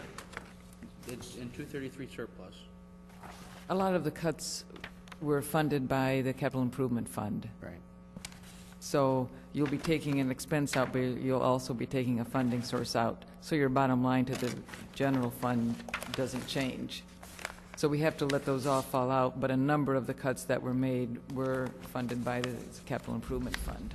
But the 100 to the museum that was, The 100,000, you are correct, that would not be the case. But that doesn't, most of the other ones were capital. but still then we're at 33 in the red. 365 minus 230, equals to 130, minus 100, for 30. Strictly, technically, you are correct, Alderman. In my view, we are nowhere near balanced today, even with the budget we presented. 233,000 positive is not a balanced budget because there are too many unknowns here and there are other revenues. So you have to get a whole lot further away from zero for me to be comfortable that we have a balanced budget. So. Very good. I Any other do have to- discussion? Mr. Alderman Gaston. That's it? Alderman Pezza? I just want to say a quick thank you, especially to Marilyn Gaston, because I can't even fathom the work that you do. And I know I'm always asking, in response to Alderman Hipskin's request, I mean, I think part of it is two things. The monthly AP statement we receive, and I would highly encourage all of us, if we're concerned about spending and saving, to look at that. I mean, I don't look at it to scrutinize why it got paid. I look at it to say, oh, this is what we paid and how we paid it. And every once in a blue moon, something might pop in our heads where we could see a way each of us looks at something differently to possibly save money in a certain department. So I would encourage more of us to look at that. And I also appreciate every month on the dais we do get that report. So I would encourage us all to look at those and deal with them on a monthly basis so we can hopefully all participate in some suggestions. So thank you very much. Thank you. Very good. Any other discussion, any other circle backs? I think we're good for tonight, and next week we'll have an ordinance, it sounds like. Okay, and hopefully we'll get this voted on and get a passed budget here, so. Quick point of order. Sure, Alderman Wagner? Won't you have to present the changes that we requested to us before we actually go right to the ordinance? Will there be in a Thursday packet? It'll be In an ordinance. Remember, tomorrow's Wednesday. So we'll get it. Funny town. That's right. Yes, it is. We stayed long enough to get the packet while we're here. Very good. Motion to adjourn? Alderman Brahms? Alderman Hipskin, all in favor? Aye. Aye. Anybody opposed? We're adjourned.